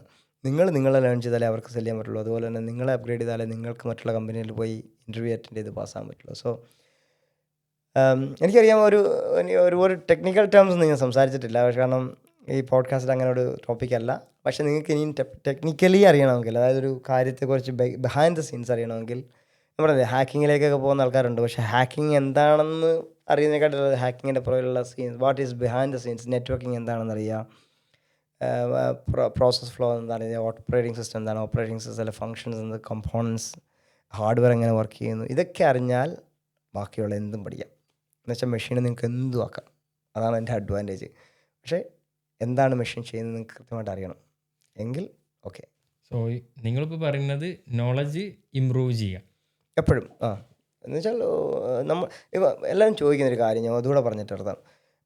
എനിക്ക് 10 വർഷത്തെ എക്സ്പീരിയൻസ് ഉണ്ട്, എന്തുകൊണ്ട് എന്നെ ഹയർ ചെയ്യുന്നില്ല എന്ന് ചോദിച്ചാൽ നിങ്ങളുടെ ഒരേ ഉത്തരവുള്ളൂ, നിങ്ങൾ 10 വർഷം കൊണ്ട് നിങ്ങൾ എന്താ ചെയ്തത്. അതായത് ഞാൻ 1 വർഷം കൊണ്ട് ഒരു 10 സ്കില്ല് പഠിച്ചിട്ടുണ്ടെങ്കിൽ നിങ്ങൾ 10 വർഷം കൊണ്ട് 10 സ്കില്ല് പഠിച്ചിട്ടുണ്ടാവും. എന്നെ എടുക്കുമോ അവരെടുക്കുമോ? ഞാൻ കൊച്ചിയിൽ വർക്ക് ചെയ്ത കമ്പനിയിൽ സ്റ്റാഫ്, കമ്പനിയുടെ ആയുസ് 11 വർഷമായിരുന്നു. 11 വർഷത്തെ ഒരു വർഷം ഓടിയ കമ്പനിയിൽ 11 വർഷം എംപ്ലോയി ആയ ആൾക്കാരുണ്ട്. 11ാമത്തെ വർഷം പുറത്തിറങ്ങിയപ്പോൾ ഞാൻ തന്നെ ചോദിച്ചു, ഇയാൾക്ക് ഇനി ഞാൻ ആയിരുന്നു ഒരു കമ്പനി മുതലാളിയെങ്കിൽ ആ എംപ്ലോയി എൻ്റെ അടുത്ത് വന്നാൽ ഞാൻ പറയും നിങ്ങളെ എടുക്കാൻ പറ്റില്ലെന്ന് പറയും. ഒന്നാലോചിച്ച് നോക്കുക, 11 വർഷം ഒരേ പ്രോഡക്റ്റ് ഒരേ സർവീസിൽ ഇത്രയും നാൾ സ്ക്രാച്ച് ചെയ്തുകൊണ്ടിരുന്ന ഒരാൾ ഇനി എന്ത് പഠിക്കാനാണ് പുറത്ത് പോയിട്ട്? ഒരിക്കലും ഞാൻ എടുക്കത്തില്ല. അങ്ങനെ ഒരിക്കലും നിങ്ങളുടെ കമ്പനിയിൽ നിങ്ങൾ 2 വർഷത്തിൽ കൂടുതൽ നിൽക്കാൻ പാടില്ല. ഞാൻ 7 വർഷം നിന്ന് എൻ്റെ പേഴ്സണൽ ഗെയിൻ ഉണ്ടായതുകൊണ്ടാണ്. പക്ഷേ നിങ്ങൾക്ക് ലേണിംഗ് വെറുതെ ചാടിയിട്ട് സാലറി ഇൻക്രിമെൻറ്റ് ചെയ്യാൻ വേണ്ടി ചാടരുത്. അതല്ല, നിങ്ങൾ പഠിച്ചു നിങ്ങൾക്കൊരു ക്വാളിറ്റി അവിടെ നിന്ന് ഉണ്ടാക്കി നിങ്ങളുടെ CV വലുതായി എന്ന് തോന്നുവാണെങ്കിൽ നിങ്ങൾക്ക് ഇറങ്ങാം. കാരണം നിങ്ങൾ ഗ്രോത്ത് ഉണ്ടായതിന് ഉണ്ടായതിന് ശേഷം, കാരണം നിങ്ങളെ വെയിറ്റ് ചെയ്ത് ഒരുപാട് കമ്പനീസ് ഉണ്ടെന്നേ. അല്ല, നിങ്ങളൊരു കമ്പനി നിങ്ങൾ പോയി കഴിഞ്ഞാൽ കമ്പനി അങ്ങ് ചാവും അങ്ങനെയൊന്നും വിചാരിക്കുകയരുത്. അതൊക്കെ മണ്ടത്തരമാണ്. ഒരിക്കലും നിങ്ങൾ കമ്പനി ഡിപ്പെൻഡൻ്റ് ആവരുത്. നിങ്ങളെ സ്നേഹിച്ച് നിങ്ങളുടെ പാഷൻ്റെ പുറകെ പോയിട്ടാൽ നിങ്ങളെ തിരക്കി ചിലപ്പോൾ ആ കമ്പനി തന്നെ വരുന്നേ, അതും സാലറി ഹൈക്ക് വെച്ചിട്ട്. അപ്പോൾ നിങ്ങളുടെ വാല്യൂ നിങ്ങൾ തന്നെ തിരിച്ചറിയുക. നിങ്ങൾക്ക് പൊട്ടൻഷ്യൽ ഉണ്ടെന്ന് തോന്നിക്കഴിഞ്ഞാൽ നിങ്ങൾ തന്നെ ഡിസിഷൻ മേക്ക് ചെയ്യുക. ഒരാളിലേക്കും പറയാൻ പാടില്ല. അതാണ് ഞാൻ പറയുന്നൊരു കാര്യം. മറ്റുള്ളവരെന്ത് പറയുന്നു ഡസൻറ്റ് മാറ്റർ.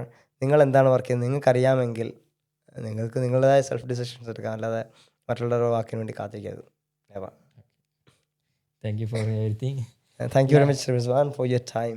ഐ തിങ്ക് നമുക്ക് ഇനിയും ഇതുപോലെ സെഷൻസ് ഉണ്ടാക്കാം. എന്ന് വെച്ചാൽ എനിക്കും സംസാരിക്കുന്ന സമയത്താണ് കൂടുതൽ എനിക്ക് മനസ്സിലാവുക. Really interesting like the broadcast. അതായത് നമ്മൾ പറയുമ്പോഴാണ് ഞാനും പഠിക്കുക. ഇപ്പം ഞാൻ ചില കാര്യങ്ങൾ ഞാൻ അറിയാത്ത കാര്യം ഞാൻ തന്നെ മനസ്സിലിട്ടെന്ന് പറയുമ്പോൾ ചിലപ്പോൾ അങ്ങനെ കണക്ട് ചെയ്തപ്പം ശരിയാണല്ലോ എന്ന് എനിക്ക് തോന്നിയത് അങ്ങനെയാണ്. അതുകൊണ്ട് I think this platform is A better one I think. അപ്പോൾ ഞാൻ സമയം പോയതുപോലെ അറിഞ്ഞിട്ടില്ല. ബട്ട് അടുത്ത ഒരു ഇനിയും ഇൻട്രസ്റ്റിംഗ് ടോപ്പിക്സുമായിട്ട് നമുക്ക് അടുത്ത ഒരു പോഡ്കാസ്റ്റിൽ വരുന്നവരെ ഗുഡ് നൈറ്റ്.